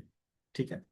इसके बाद अगला पॉइंट आता है कर्मदान का विष निचय। नाम ही आपको बता रहा है विष निचय। विष यानी जिससे जो जानलेवा हो, ऐसी आइटम जो बेसिकली किसी भी जीव की जान ले जाए। कौन सी तरह जीवों की जान किसकी जाएगी? विष किसके काम आएगा? विष आम तौर पर तो तरह जीवों के काम आता है, लेकिन वनस्पति भी काफी बार देखा जाता है। वनस्पति के बेसिकली जो पेड़ हैं, छोटे बड़े पेड़ हैं, वहां पर ऐसे लिक्विड इत्यादि आप डाल दें, वो पेड़ भी समाप्त हो जाते हैं। तेजाब इत्यादि अगर आप किसी पेड़ पर डाल दें, वो पेड़ भी समाप्त हो जाते हैं। तो सिर्फ तरस नहीं, तो यहाँ पर छह काय षटकाय जीवों का आप समावेश समझें, कि जितने भी इस प्रकार की चीजें बनती हैं, उसके अंदर छह का मैन्युफैक्चरिंग की बात कर रहा हूं। पहले उसके बनाने के अंदर और फिर उनके उपयोग करने के अंदर जहां वो यूज होगी, छह काय जीवों का घमासान हो जाता है, महाआरंभ हो जाता है। इसलिए जीवों की हिंसा से बचने के लिए, कर्म बंधन से बचने के लिए हम कल्पना करें, प्रयास करें किस प्रकार से हम इस प्रकार का प्रयास कर सकते हैं और हिंसा से बचने की कोशिश कर सकते हैं। तो एक एक चीज को आप ध्यान से समझें, किस किस प्रकार से आता है। इसके अंदर कौन से बिजनेस आएंगे?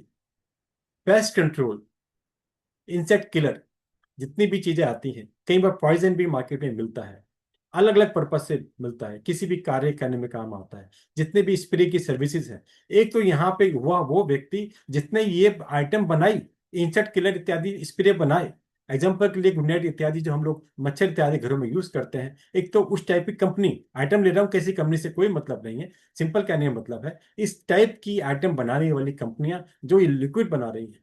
ठीक है ना। उसके बाद जो पेस्ट कंट्रोल इत्यादि हम लोग घरों में करवाते हैं, तो उस पेस्ट कंट्रोल वाले क्या करते हैं? वो सर्विस प्रोवाइड करते हैं। वो तो बेसिकली वो केमिकल में पानी इत्यादि जो भी इनका प्रोसेस है, वो मिक्स करते हैं, फिर अपने बेसिकली स्प्रे जेट के अंदर जो भी इनका होता है, फिर वहां स्प्रे करके इसको अपने सर्विस प्रोवाइड करते हैं। तो जो दोनों लोग, ये मटेरियल किसने बनाया और उस मटेरियल का किस व्यवसायी ने, किस बिजनेस वाले ने उपयोग किया, दोनों के लिए ये कार्य, ये विश्व वाणिज्य इत्यादि कर्मदान वैलिड है। तो हमें ध्यान रखना है कि हमें इस तरह का कार्य नहीं करना।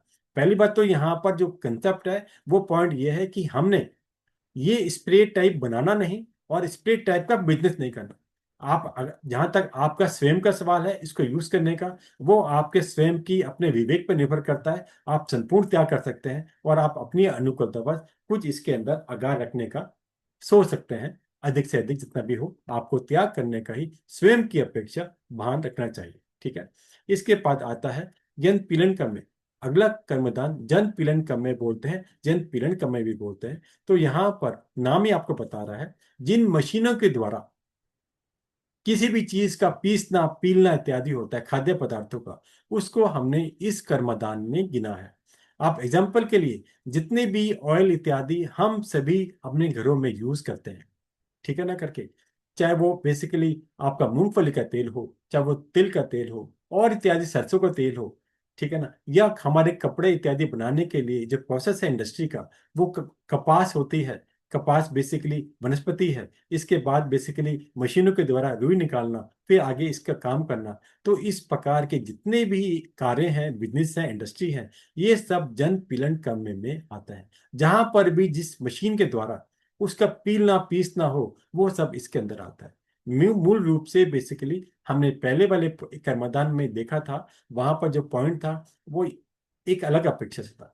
मैंने आपको बेसन के पीसने की बात बताई थी कि चने की दाल को पीस कर बेसन बनाना, या गेहूं को पीस कर आटा या बेसिकली मैदा बनाना, वो यहाँ पर भी काम आता है और उस वाले पॉइंट पे भी गिना जाता है। क्योंकि काफी जगह जो कर्मदान के अंदर मशीन बनाने की अपेक्षा से कर्मदान गिना, और कई बार उस वस्तु को, उस मशीन को यूज करने की अपेक्षा से गिना।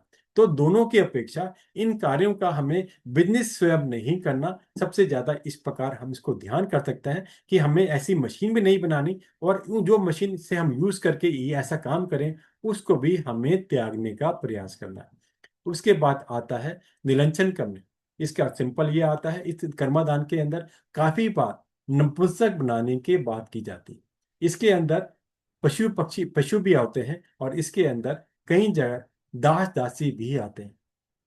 ऐसा कई बार कथन आता है कि पुराने समय के अंदर भी आज भी कई जगह हो सकता है जहां पर रानी इत्यादि का जगह होती है, वहां पर जो भी अगर कोई सेवक के रूप में, वैसे तो सेविका उनकी अलग होती हैं, अगर कोई सेवक के रूप में कहीं पर सिक्योरिटी के लिए किसको रखना होता है, तो वहां पर भी उन सेवकों को नपुंसक बनाकर सेफ्टी के हिसाब से रखा जाता था। इस प्रकार भी आता है। लेकिन कई बार घोड़े बैल इत्यादि यहाँ पर भी किसी भी कारणवश अलग अलग व्यापार की अपेक्षा से उनको नपुंसक बनाने का कार्य किया जाता है।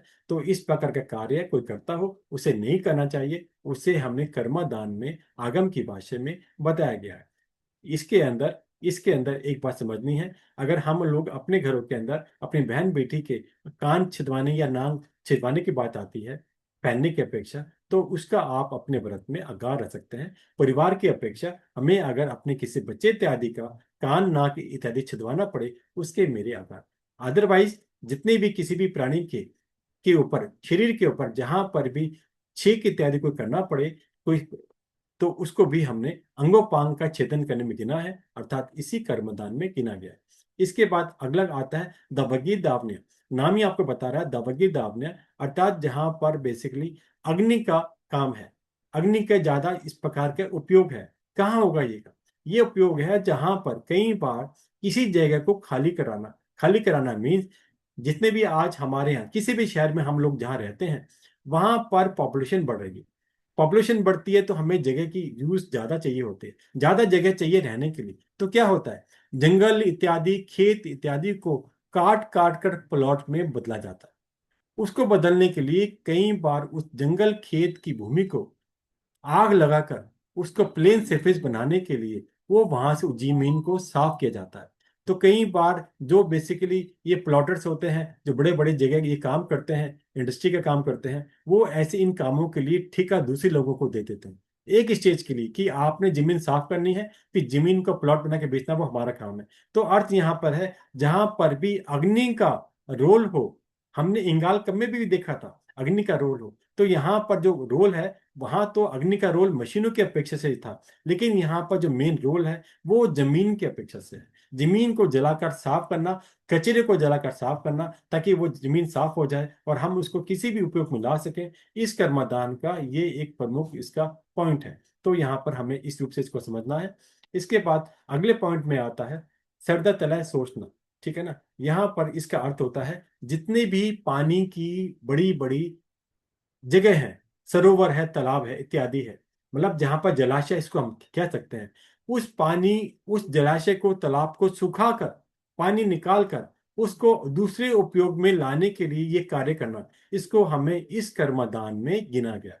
तो यहाँ पर कई बार क्या होता है, यहाँ पर भी वही बात है, हमें जमीन चाहिए, हमें एडिशनल जगह चाहिए। तो अभी तो पहले वाले पॉइंट में हमने देखा था वहां पर जंगल था या पेड़ थे या घास थी या कूड़ा करकट था, उसको जलाकर हमने साफ किया। तो यहाँ पर उसको जलाया नहीं, अर्थात उसके पानी इत्यादि के अंदर उसको निकाल कर उसको उपयोग करने की बात की गई। ठीक है ना। अब पॉइंट ये है जहां पर पानी होता है वहां पर छठ काय के जीव बताए गए। वहां पर पानी निकालने पर जो उस पानी के आश्रित जीव थे, पचेंद्र जीव भी होते हैं, उन सबका भी घमासान अवश्य होगा, उन सबकी हिंसा भी होगी। और अपकाय तो हम लोग पहले ही जानते हैं, पानी अपकाय का जीव है, और एक बूंद पानी में असंख्यात जीव भगवान ने बता दिए। तो आप कल्पना करें, जब हम पानी निकालने की बात करेंगे तो पानी निकालने में अपकाय जीवों की हिंसा, फिर उसके बाद वहां पर जितने भी आश्रित इत्यादि वहां पर और पचेंद्र जीव हैं उनकी हिंसा, तो कितने प्रकार का ये कार्य हो सकता है। अगर ये कार्य कोई भी हो, हमें ये नहीं कलपता शावक शावक की अपेक्षा, तो इनका त्याग करना ही बेहतर है। इसलिए ये कर्मदान का स्वरूप इसका था। अगली बात जो आखिरी कर्मदान है, तो वहां पर यह आता है असी जन पोषना। असी जन पोषना का अर्थ है कि हमने, चाहे कोई पशु हो, जानवर हो, या दास दासी का पालन करना, पोषण करना, किस लिए, हमें उससे पैसे कमाने हैं। कई बार आज हम देखते हैं वैश्यावृत्ति कितनी बढ़ रही है, कई बार सेक्स रैकेट, कॉल गर्ल का रैकेट हमें देखने को मिलता है। इसी प्रकार आपको ध्यान करना, कई बार ऐसी कम्युनिटी है कुछ जानवर पालते हैं, पालते इसलिए बड़ा इसलिए करते हैं, जब बड़े हो जाएंगे पाल कर वो महंगे में बिक जाएंगे। तो यहाँ पर भी इसको इस रूप से समझना। तो यहाँ पर भी जहाँ पर भी कोई कार्य जो एक कार्य करने लायक है, करने लायक नहीं है, लेकिन आपने उनको पोषण दिया, उनको अपने घरों में रखा, तो इस प्रकार कोई भी कार्य ऐसा करने पर हमें दोष लगता है, तो इसलिए वो कार्य हमें नहीं करना। कई बार आप ऐसे एनिमल पाल सकते हैं, पालते होंगे एज ए बिजनेस, तो और ताकि ताकि उनको आप इसको शिकार के लिए दूसरे व्यक्तियों को दे दें, तो यहाँ पर भी दूसरों को देने का कार्य है ताकि आप उससे पैसा कमा सकें, उन कार्यों से आपको दूर रहना है। तो इस प्रकार ये 15 कर्मदान का स्वरूप हमने समझा कि इसको हमने दो तरीके से समझने का प्रयास किया। एक तो इसका व्यापार की अपेक्षा, दूसरा मैंने बोला इन व्यापार के माध्यम से वो वस्तुएं हम सब काफी हद तक अपने घरों में, अपने पर्सनल कार्यों के अंदर प्रयोग में लाते हैं। तो इसलिए हमें उससे बचने का प्रयास करना है ताकि हम उस हिंसा से भी बच सकें। तो ये एक अभी कर्मदान का स्वरूप मैंने आपको बताया। उससे पहले आपको 5 प्रकार की हमने भोजन संबंधी जो अतिचार थे वो मैंने बताया। इस प्रकार इस 7वें व्रत के अतिचार संपूर्ण हुए। अब यहाँ पर इसकी प्रतिज्ञा की बात आती है। प्रतिज्ञा की बात सिंपल ये है कि आप इसको दृढ़ से कि आप ये कह सकते हैं मैं इन कर्मदान का व्यापार नहीं करूंगा, नहीं करूंगी। 6 से बेसिकली आप अपनी मर्यादा, हम लोग बोलते हैं जितनी आपने अपने दिशा व्रत में मर्यादा रखी है वो मर्यादा आप यहाँ कर सकते हैं। और ये व्रत भी यावत जीवन के लिए बताया जाता है। और भाव एक रण 3 योग से करो नहीं, मन से, वचन से, काया से। तो ये संपूर्ण व्रत का स्वरूप बना। अभी मैंने आपको कर्मदान का जब विषय शुरू किया था उसमें आपको अगार की बात की थी। वो सामान्य आगार नहीं है। उस आगार का लक्ष्य सिंपल इतने ही था। अगर आप में से कोई भी शावक शाविका अगर इन 15 कर्मादान का व्यापार में लगा हुआ है, आप सोचे मैं क्या करूं, मेरे पास तो एक ही बिजनेस है और उस बिजनेस के कारण से ही मेरा घर चलता है, तो मैं क्या करूं, मेरे पास ऑप्शन नहीं है, मुझे अपना घर परिवार भी चलाना है। तो उसके लिए सिंपल कथन यह है कि उसके अंदर आप अपनी कुछ नियम कर सकते हैं, उसकी मर्यादा को घटा सकते हैं। और अगर आपके पास दूसरे व्यापार की ऑप्शन हो तो उसको छोड़कर दूसरा व्यापार कर सकते हैं।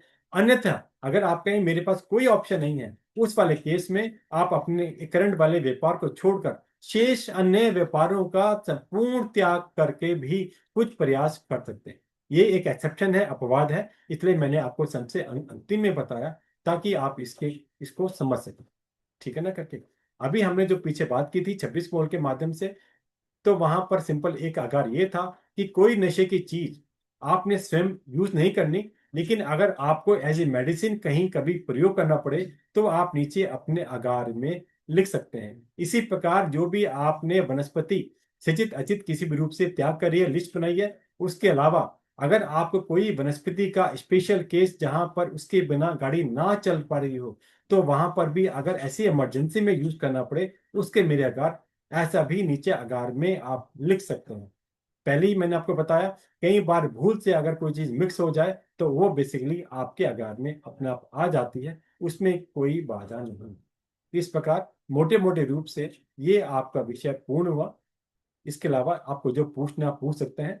एक पॉइंट इसमें आपको और बता देता हूं, जो भी रात्रि भोजन का त्याग हम लोग करते हैं वो इस 7वें व्रत में ही निहित है। अर्थात 7वें व्रत में ही इस रात्रि भोजन का त्याग गिना जाता है। लेकिन किसके लिए?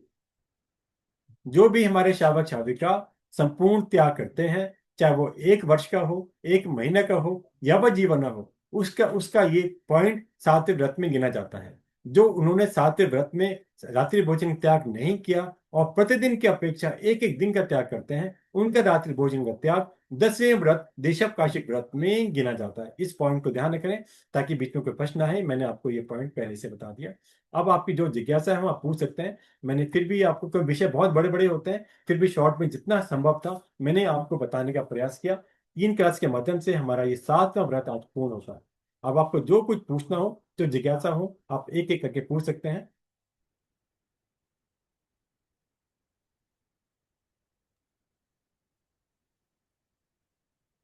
आप सभी खुद अपने आप, मैंने कर दिया यहाँ से, अपने आप को अनम्यूट करके पूछ सकते हैं।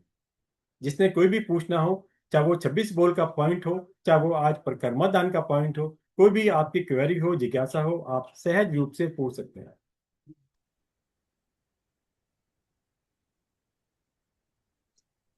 सिंपल आपको कंसेप्ट बताया कि कर्मदान व्यापार से कौन कौन से व्यापार करने से हम किस किस व्यापार की हमें कर्मदान के कैटेगरी के हिसाब से हिंसा लगती है। उन व्यापारों का जितना आप अधिक से अधिक त्याग करेंगे उतना कर्म बंधन से बच सकेंगे। हमारा लक्ष्य सभी पॉइंट का एक ही है कि आप कर्म बंधन से किस प्रकार अपने आप को बचाने का प्रयास करें। कर्म बांधना बहुत सरल है, आसान है, हमें पता भी नहीं चलता। लेकिन जब वो कर्म उदय में आता है तो हम कल्पना करते हैं कि मैं तो जीवन में ऐसा कोई कार्य नहीं करा, बहुत ही सरलता से विवेक से हम लोग रहते हैं, फिर ये कहाँ से आए। जब भी ऐसी बात आए तो ये चिंतन बिल्कुल मत करना। संभल से ये समझना है हमें सभी ने कि कर्म जीव स्वयं ही बांधता है, स्वयं ही भोगता है।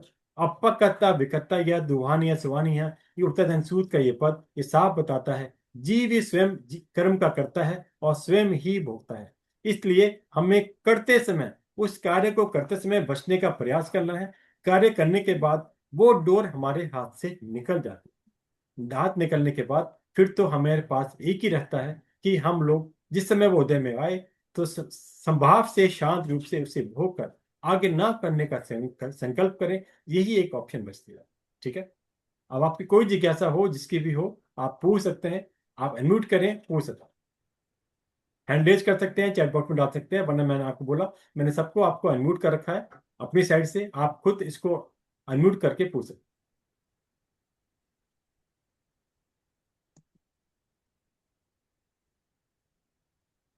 जय जिनेन्द्र भैया। हैं। जय जैन बहन बता। 15 कर्मदान तो सारे व्यापार के अपेक्षा से बताया गया है, तो हम ये सारे त्याग कर ही सकते हैं कि जैसे आपने ये बताया दंत वाणिज्य लख वाणिज्य, इनसे जो चीजें बनती है वो चीजें का हमें त्याग करना चाहिए। बिल्कुल बिल्कुल। उनका जो त्याग है वो हमारा 26 बोल में अपने आप आ जाता है, लेकिन कई बार हम इसको समझते नहीं। जैसे मैंने पिछली क्लास में आभूषण के माध्यम से पॉइंट बताया था। आभूषण के माध्यम से जो भी चीजें हैं लख बनी जाए। अगर कोई भी लाख की कोई चीज है, ठीक है ना, किस में आ गई, आभूषण में आ गई। तो अब जिस समय हम आभूषण की बात करें तो वहां पर हम इन चीजों का स्वयं का विवेक रखें। मैं लाख की कोई वस्तु भी, चूड़ी कंगन इत्यादि नहीं परचेज करूंगी, कोई अंगूठी परचेज नहीं करूंगी, कोई यूज नहीं करूंगी, किसको गिफ्ट भी नहीं दूंगी, किस गिफ्ट देने के लिए भी परचेज नहीं करूंगी। तो इस प्रकार का हम संकल्प अपना दूसरे रूप से कर सकते हैं। इसी प्रकार दंत वाणिज्य के अंदर भी जितने भी बेसिकली हाथी दांत इत्यादि से बनने वाली चीजें हैं, जो कि आपके चाहे वो ऑर्नामेंट में हो, चाहे आपके किसी ज्वेलरी के फॉर्म में हो, आजकल आर्टिफिशियल फॉर्म में बहुत सारी चीजें आती हैं, तो ये सारी चीजें आपके आभूषण में आ जाती हैं।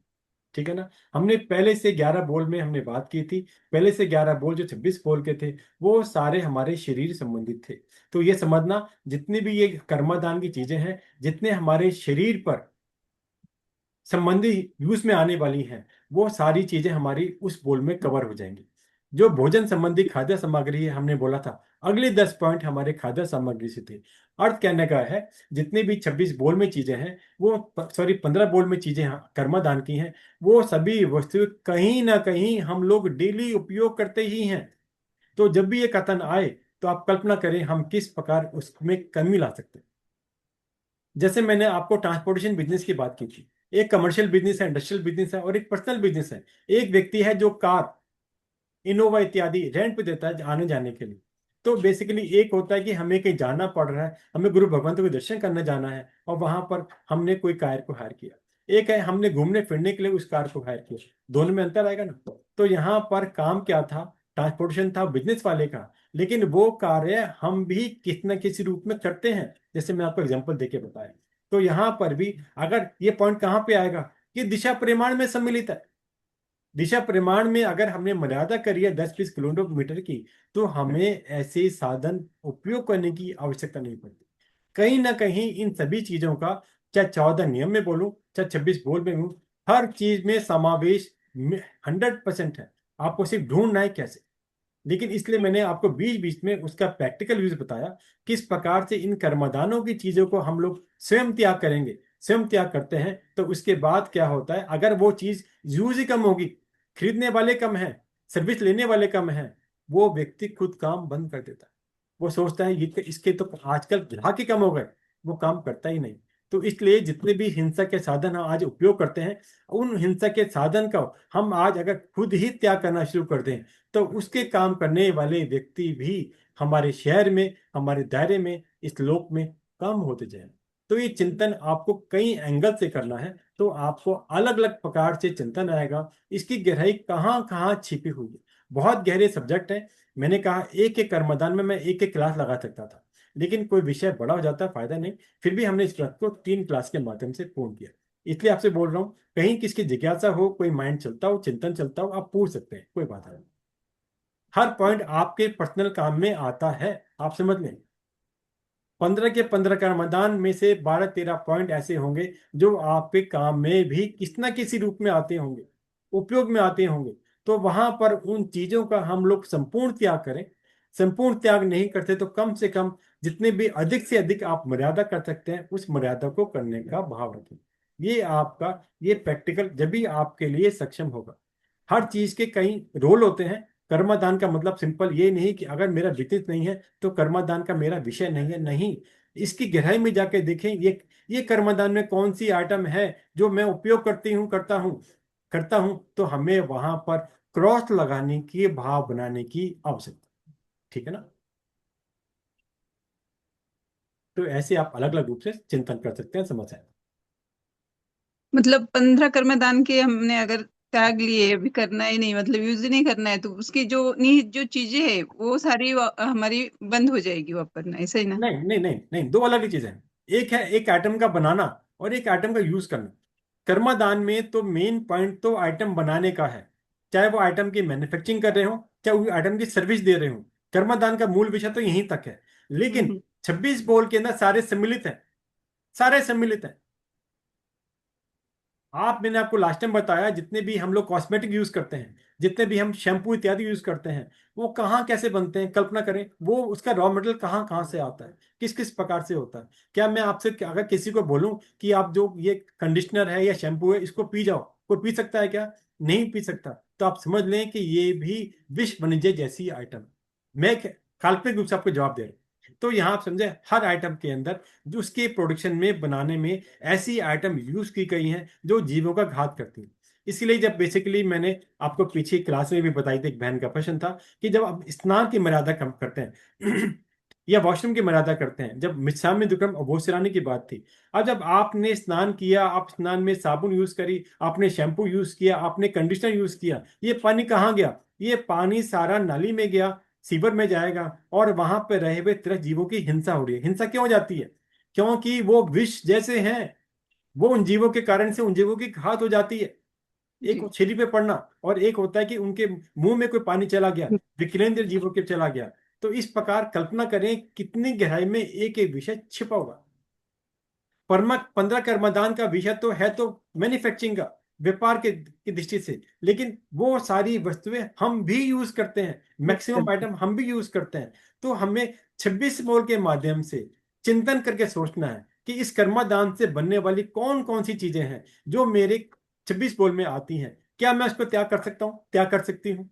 तो वहां पर संपूर्ण त्याग कर सकते हैं, संपूर्ण त्याग करें। और संपूर्ण त्याग ना कर सके, मर्यादा आवश्यक है। ये मेरे भाव थे। तो कर्मादान 15 तो सिर्फ जाने योग्य बताए, मैन्युफैक्चरिंग के लिए, सर्विस के लिए। लेकिन हम आपके लिए, हम सबके लिए इसका उपयोग को भी सोचना अनिवार्य है। इनडायरेक्टली इनको जो हमें क्रॉस करना है, उपयोग नहीं करना है, वो 26 मोल के माध्यम से ऑटोमेटिक इंक्लूडेड है। चिंतन करके देख लो। मैंने अच्छा। आपको एग्जांपल बताया एक शैम्पू का, स्नान की अपेक्षा से, किसी भी ऑयल का, क्रीम का, कहीं भी देख सकते हैं आप। फ्लावर का, जो हमें इसके अंदर हमने 26 में बात की थी। तो सारे पॉइंट कहीं ना कहीं जुड़े हुए हैं, कोई भी पॉइंट अलग नहीं है। हमने वस्त्र की बात करी, कपड़े कैसे बनते हैं? कपास से बनेंगे।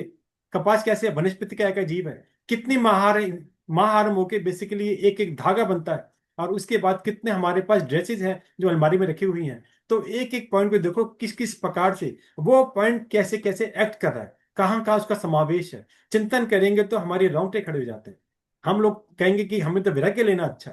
ये सच्चाई है। आवश्यकता है सिर्फ चिंतन की। चिंतन के अभाव में हम उस वस्तु को बिना सोचे समझे यूज करते हैं और अपनी क्रिया लगाते रहते हैं। तो यहाँ पर सिर्फ 15 कर्मदान के नाम याद करना सफिशिएंट नहीं है, इनका त्याग करना सफिशिएंट नहीं है। इनका उपयोग पर भी प्रश्न चिन्ह लगाएं, चिंतन लगाएं कि इसका उपयोग कैसे हम लोग कर रहे हैं और कैसे ये वस्तु बन रही है। इन सब का समझना जरूरी, गहन विषय है। चिंतन करें, अवश्य इसके अंदर मिलेगा।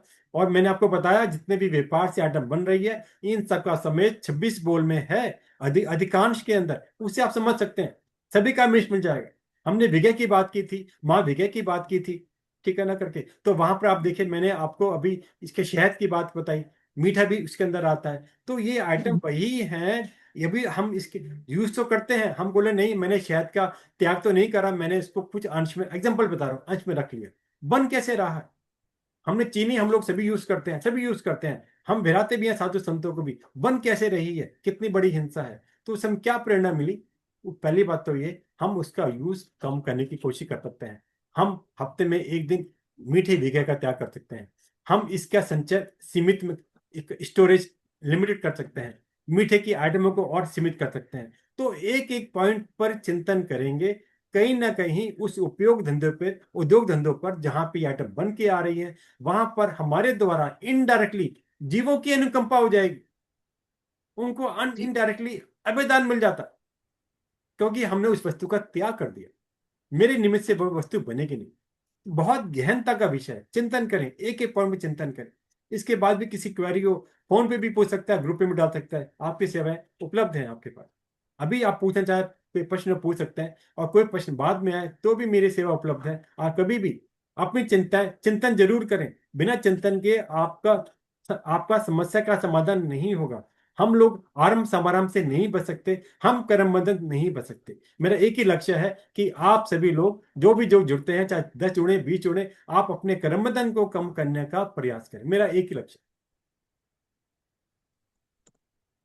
और एक पॉइंट भैया, है। जी रात्रि बिल्कुल। भोजन का आपने बताया कि ये सातवें व्रत में ही नहीं थे, तो वो अगर समझा। अगर आपने रात्रि भोजन का त्याग किया है या वजीवन का नियम लिया है, तो ये सातवें व्रत में अंतर्गत आता है, ठीक है ना। अगर कोई या जीवन या 1 साल का त्याग नहीं करता, वो कहता मैं प्रतिदिन की अपनी मर्यादा रख लेता हूं, तो उसका सातवें व्रत में नहीं आता।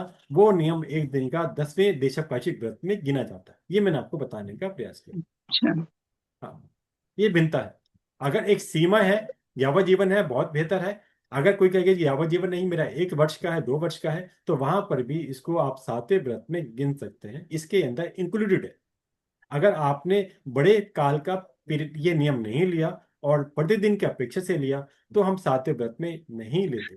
जितने भी हमारे ये व्रत हैं, छठा सातवा आठवां व्रत, ये तीनों व्रत की मर्यादा आगम की अपेक्षा यावत जीवन की, अर्थात जीवन पर्यंत की बताई गई है, ठीक है ना। या तो जी। ये जो कथन है उसी अपेक्षा से है। और करण योग भी उसी व्रत में बताए गए हैं। एक करण 3 योग, अर्थात करूं नहीं, मन से वचन से काया से। हाँ, तो यहाँ पर सिंपल ये नहीं कि मैंने ये वस्तु को त्याग कर दिया तो मेरा पूर्ण हो गया। आपने मन से भी कल्पना नहीं करनी, वचन से भी नहीं करनी।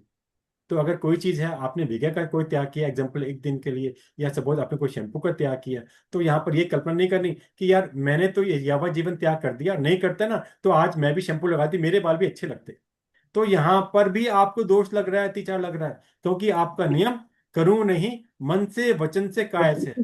सी करूं नहीं, काया नहीं है। तो आपने मन से चिंतन नहीं करना। मन से चिंतन कब आएगा आपका ना करने का? जब आप इसकी हिंसा समझेंगे, जब देखेंगे कि इस आइटम को बनने के लिए कौन कौन सी जीवों की कितनी कितनी घमासान महारम करके ये आइटम बन रही है, तब आपका मानस जागता है, तब अंदर आपको हलचल मचती है। तो अंदर आपको लगता है नहीं, मुझे ऐसी सुंदरता नहीं चाहिए जहां पर जीवों की हिंसा होती हो, मेरा करमबंधन होता हो। तो जब तक आपका मन से योग नहीं बनेगा, आप काया काया का योग, काया का त्याग संपूर्ण कार्य नहीं कर सकते।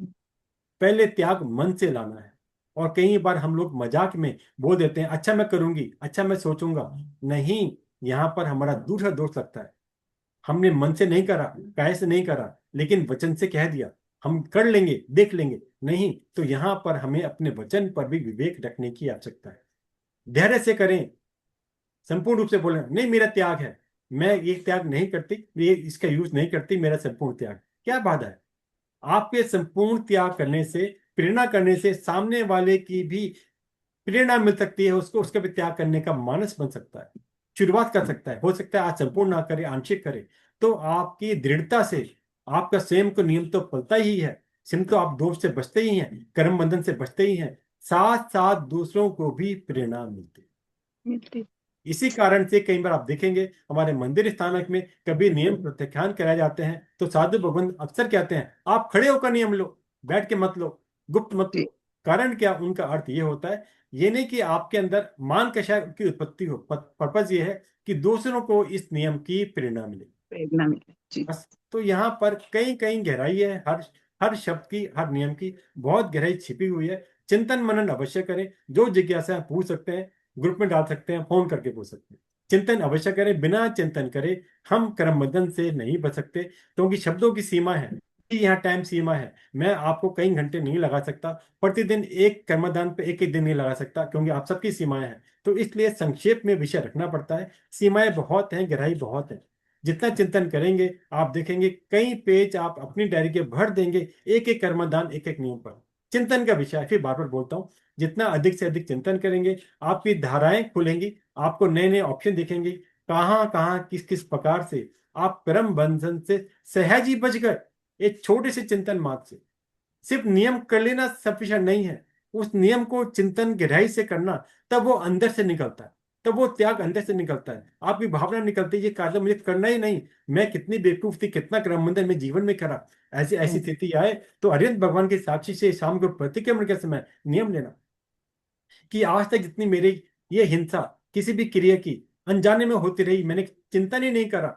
और जब ये आत्म अनुभूति से आपका चिंतन निकलेगा तो देखना कि आपकी निर्जरा भी सहज रूप से आपके उन भावों से विशुद्धि विशुद्धि से हो सकती है। तो इस प्रकार के चिंतन करें, बहुत गहरे विषय। उदीर्ण हम बोल देते हैं तो अलग अलग प्रकार आप देखो किस किस प्रकार से अपवर्तनकरण बोल देते हैं। ये क्या है, ये भाव विशुद्धि का कार्य है। जितनी हमारी भाव विशुद्धि होती जाएगी, कर्म अपने आप में झड़ते चले जाते हैं। कैसे, भावों के कारण से। लेकिन वो भाव दिखाने का नहीं, अंदर से होना चाहिए। जिस प्रकार एक कपड़े को मैं अगर बाल्टी में डाल दूं, वो कपड़ा पूरा गीला गीला हो जाता है, उसका एक भी अंश बचता नहीं। और उसी के अंदर मैं अगर एक रबड़ की गेंद को डाल दूं, वो बाहर बाहर तो भीगती है, पूरी गीली हो जाती है, लेकिन इसके दो टुकड़े करूं तो सूखी मिलती है। तो हमारे नियम त्याग प्रत्याख्यान जो भी हो, ऐसे हो कि अंदर तक हमें गीला करें, अंदर तक हमें हिलाएं, अंदर तक हमें जागृति करें कि हम संपूर्ण त्याग नहीं कर पा रहे, हम साधु साध्वी अपना नहीं कर पा रहे, लेकिन कम से कम शावक शाविका पने रहकर त्याग तो अवश्य कर सकते हैं।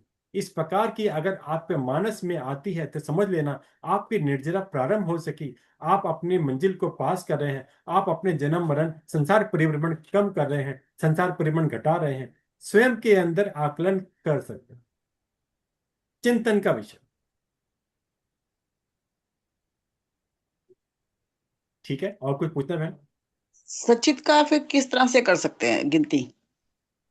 देखो सचित सचित। का, सचित हाँ। का देखो, हम 14 नियम में भी प्रतिदिन की 2 4 5 रखते हैं ना। तो आप हाँ। ये आप कल्पना करें, इस 26 बोल के अंदर कौन कौन सी आइटम है जो मेरे सचित में काम में आती है। सबसे पहले कहेंगे जी पानी मेरे सचित में काम आता है, बिल्कुल काम में आता है। और आप कहेंगे जी हम सैलड यूज करते हैं, सलाद खाते हैं, तो हम जितने भी 2 3 4 5 प्रकार की सलाद में आने वाली आइटम है उसको आप गिन गिन सकते हैं। ठीक है ना। आप कहेंगे जी बेसिकली कुछ फल हैं ऐसे जो हम संभालते नहीं, एज इट इज सेवन कर लेते हैं, वो बीज सहित होते हैं, वो भी सचित में आएंगे। मतलब है जितनी भी हरी वनस्पति है जो बिना पकाए आप यूज कर रहे हैं, वे सारी सचित है। इसकी गिनती करें आप। मैंने बोला था पिछली बार, आप वनस्पति की मतलब अपनी वेजिटेबल की और अपने फ्रूट्स की लिस्ट बनाए। वो हाले। लिस्ट आपके ऊपर जा नहीं सकती, आपके पास नाम नहीं मिलेंगे, आपकी आइटम खाली रह जाएंगी, आपको कहने में कितनी भी लगे। ठीक है ना करके। तो उसके अंदर वो लिस्ट बनाने के बाद वो देखेंगे उसमें से आधी आइटम तो ऐसी होंगी जो कि आप उसको पकाकर ही सेवन लेते हैं, बिना उसे खाते ही नहीं, सेवन ही नहीं करते। कुछ आइटम हो सकती हैं कि आपकी बिना पकाए काम में आ जाए। जैसे मैंने आपको बताया कि आमतौर पर जो हम सैलेड यूज करते हैं, इसके अंदर आपको नहीं, खीरा ककड़ी टमाटर आपने बोल दिया, कई बार लोग कुछ कैबेज यूज करते हैं, अब वो हो सकते हैं करके, कुछ लोग चुकंदर इत्यादि हैं वो यूज करते हैं। तो अलग अलग प्रकार से अलग अलग चीजें ऐसी होती हैं जिसको आप गिन सकते हैं। इसके अलावा ड्राई फ्रूट्स, कुछ ड्राई फ्रूट्स को छोड़कर बाकी सब जितने ड्राई फ्रूट्स हैं वो सारे बेसिकली इसी रूप में ही, सिचित में ही गिने जाते हैं। जो भी उनको चीज। हम गरम करके खाते हैं। हाँ, गरम करके उनको हम सेक कर गरम करके खाते हैं तब। उसके बाद वो सिचित में नहीं आते। एग्जाम्पल के लिए मैंने आप बताया बादाम, बादाम जो है बादाम। सिचित होता है, ठीक है ना करके। जैसे आपने बादाम नॉर्मल हम लोग परचेज करते हैं, ठीक है ना, अमेरिकन डायमंड या मामा गिरी कोई भी कह सकते हैं, वे सभी जो है सिचित होती है। लेकिन उसके हम्म। बाद उस गिरी को आपने पानी में भिगो दिया, भिगोने के बोलिए। बाद उसका छिलका उतार दिया, उसके बाद वो हम्म। अच्छी बन, पहली बात। ठीक है। उसके ठीक बाद है। अगर साबुत बादाम को आपने फ्राई कर लिया, या आपने इसको बॉयल कर लिया, या आप उसके अंदर आपने मसाला डाल दिया, कुछ भी आपने करा, तो वो भी अचित बन गया, ठीक है ना करके मतलब। तो ठीक। इस प्रकार से जो भी चीजें इस प्रकार की हैं जो सिचित वस्तुएं हैं, आइटम है, कोई भी आइटम हो सकती है। किशमिश है, किशमिश जो है सिचित है, क्योंकि आमतौर हाँ। पर दो प्रकार की होती है। एक किशमिश होती है जो कि बॉयल करके भी बनती है, और एक होती है जो पेड़ पर लग के ही पकती है। लेकिन मैं और आप इसका निर्धारण नहीं कर सकते कि कौन सी है, और उसको इसलिए गर्म करके खाते हैं। हाँ, इसलिए आमतौर पर हम किशमिश को सिचित मान लेते हैं, ठीक है ना। हम्म। और उसी सिचित किशमिश को अगर आपने आज चावल बनाए उसमें डाल दी, आपने खीर बनाए उसमें डाल दी, और आपने कोई और आइटम बनाई उसमें डाल दिया, तो वो जब आगे पक गई तो चाहे वो कोई भी किशमिश थी वो अब अचित कहलाने लगी। तो ठीक। जहां पर शंका हो तो भगवान ने उसको त्याग नहीं करने लेना का है। कथन बताया, सिचित का मानने का बताया। जहां पर ठीक। संपूर्ण बीज है, आप खरबूजा आजकल आएगा, खरबूजे के मौसम में जो खरबूजे की गिरी है जिसपे जो, ठीक है ना, वो गिरी कौन सी है, सिचित है।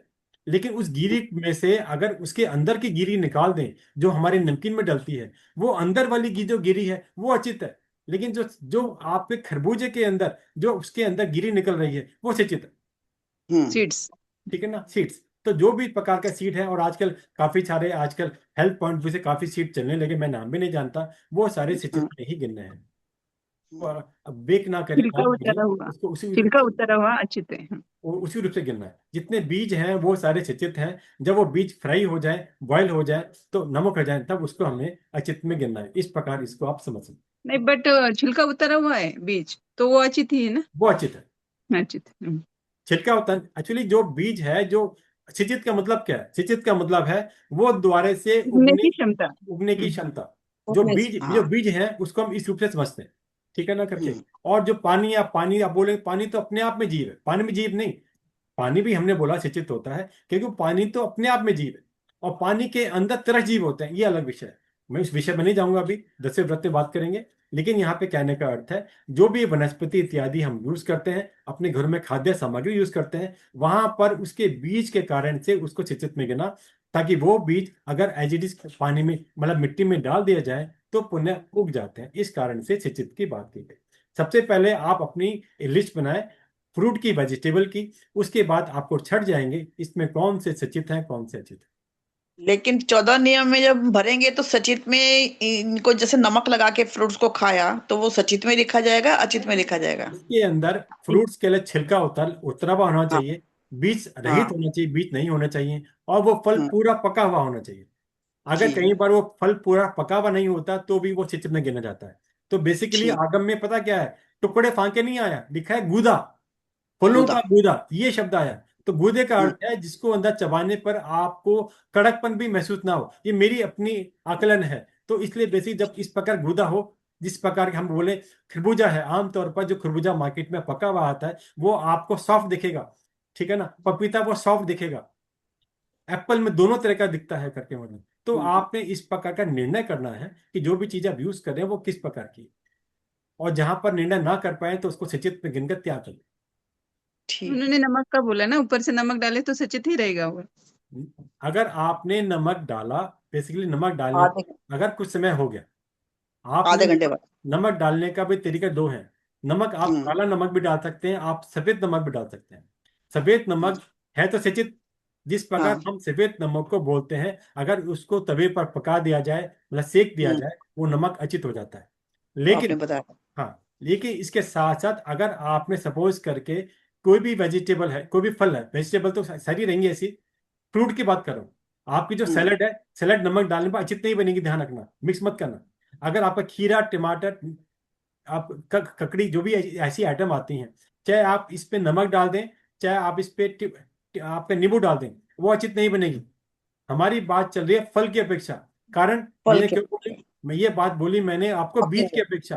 ककड़ी में भी बीज है, खीरा के अंदर भी हाँ। बीज है, टमाटर में भी बीज है। जब तक उसके अंदर बीज है और बाहर का छिलका है, उसके बाद नमक डालने पे वो अचित नहीं होता। ठीक। वो वो अग्नि का शस्त्र लगकर ही अचित होता। तो हमारे पास ऑप्शन सिर्फ फल की बचती है। कुछ जो फलों का गूदा रूप हो, जिसमें बाहर का छिलका ना हो, अंदर बीज ना हो, फल पका हुआ हो, तो वो वाली item as it is form के अंदर अचित बन जाती है। और आपने टेस्ट के लिए कुछ भी डालना है, काला नमक डालते हैं तो तुरंत कोई बाधा नहीं है। लेकिन उसके अंदर अगर आपने व्हाइट नमक डाल दिया, सेंधा नमक डाल दिया, वो जो सचित है, तो जब तक वो नमक पूर्ण रूपेण उस फल के गूदे से, उसके रस से गीला ना हो जाए, तब तक उसको सचित समझ गया बात। फल के गूदे के ऊपर अगर आपने कच्चा नमक डाला है, जब तक वो नमक भी उसके रेशे में, उसके रस में घुल ना जाए, तब तक वो भी आपने सचित ही समझना है। और तुरंत हाँ, वो सेवन आपने करना, आधे घंटे का बताया हाँ, था। हाँ, और तुरंत सेवन करना हो तो आप काला नमक का उपयोग करें उस फल के गूदे के ऊपर, कोई बाधा नहीं। ठीक है। बहुत बहुत धन्यवाद भैया। ठीक है, कुछ और पूछना, किसने कुछ पूछना है? कोई बात नहीं, नहीं भैया। कोई बात नहीं, क्लास यहीं तक रखते हैं। जी। सभी को ज्यादा जय जिनेंद्र। क्लास के जय दौरान किसी भी प्रकार से जिनवाणी के विपरीत कोई भी मेरे द्वारा शब्द जानते जानते कहा गया, बोला गया, उसके लिए वितर प्रभु से जिनवाणी के की अपेक्षा से बारंबार मिच्छामि। चावी दुकान। क्षमत खन्ना। नमस्कार।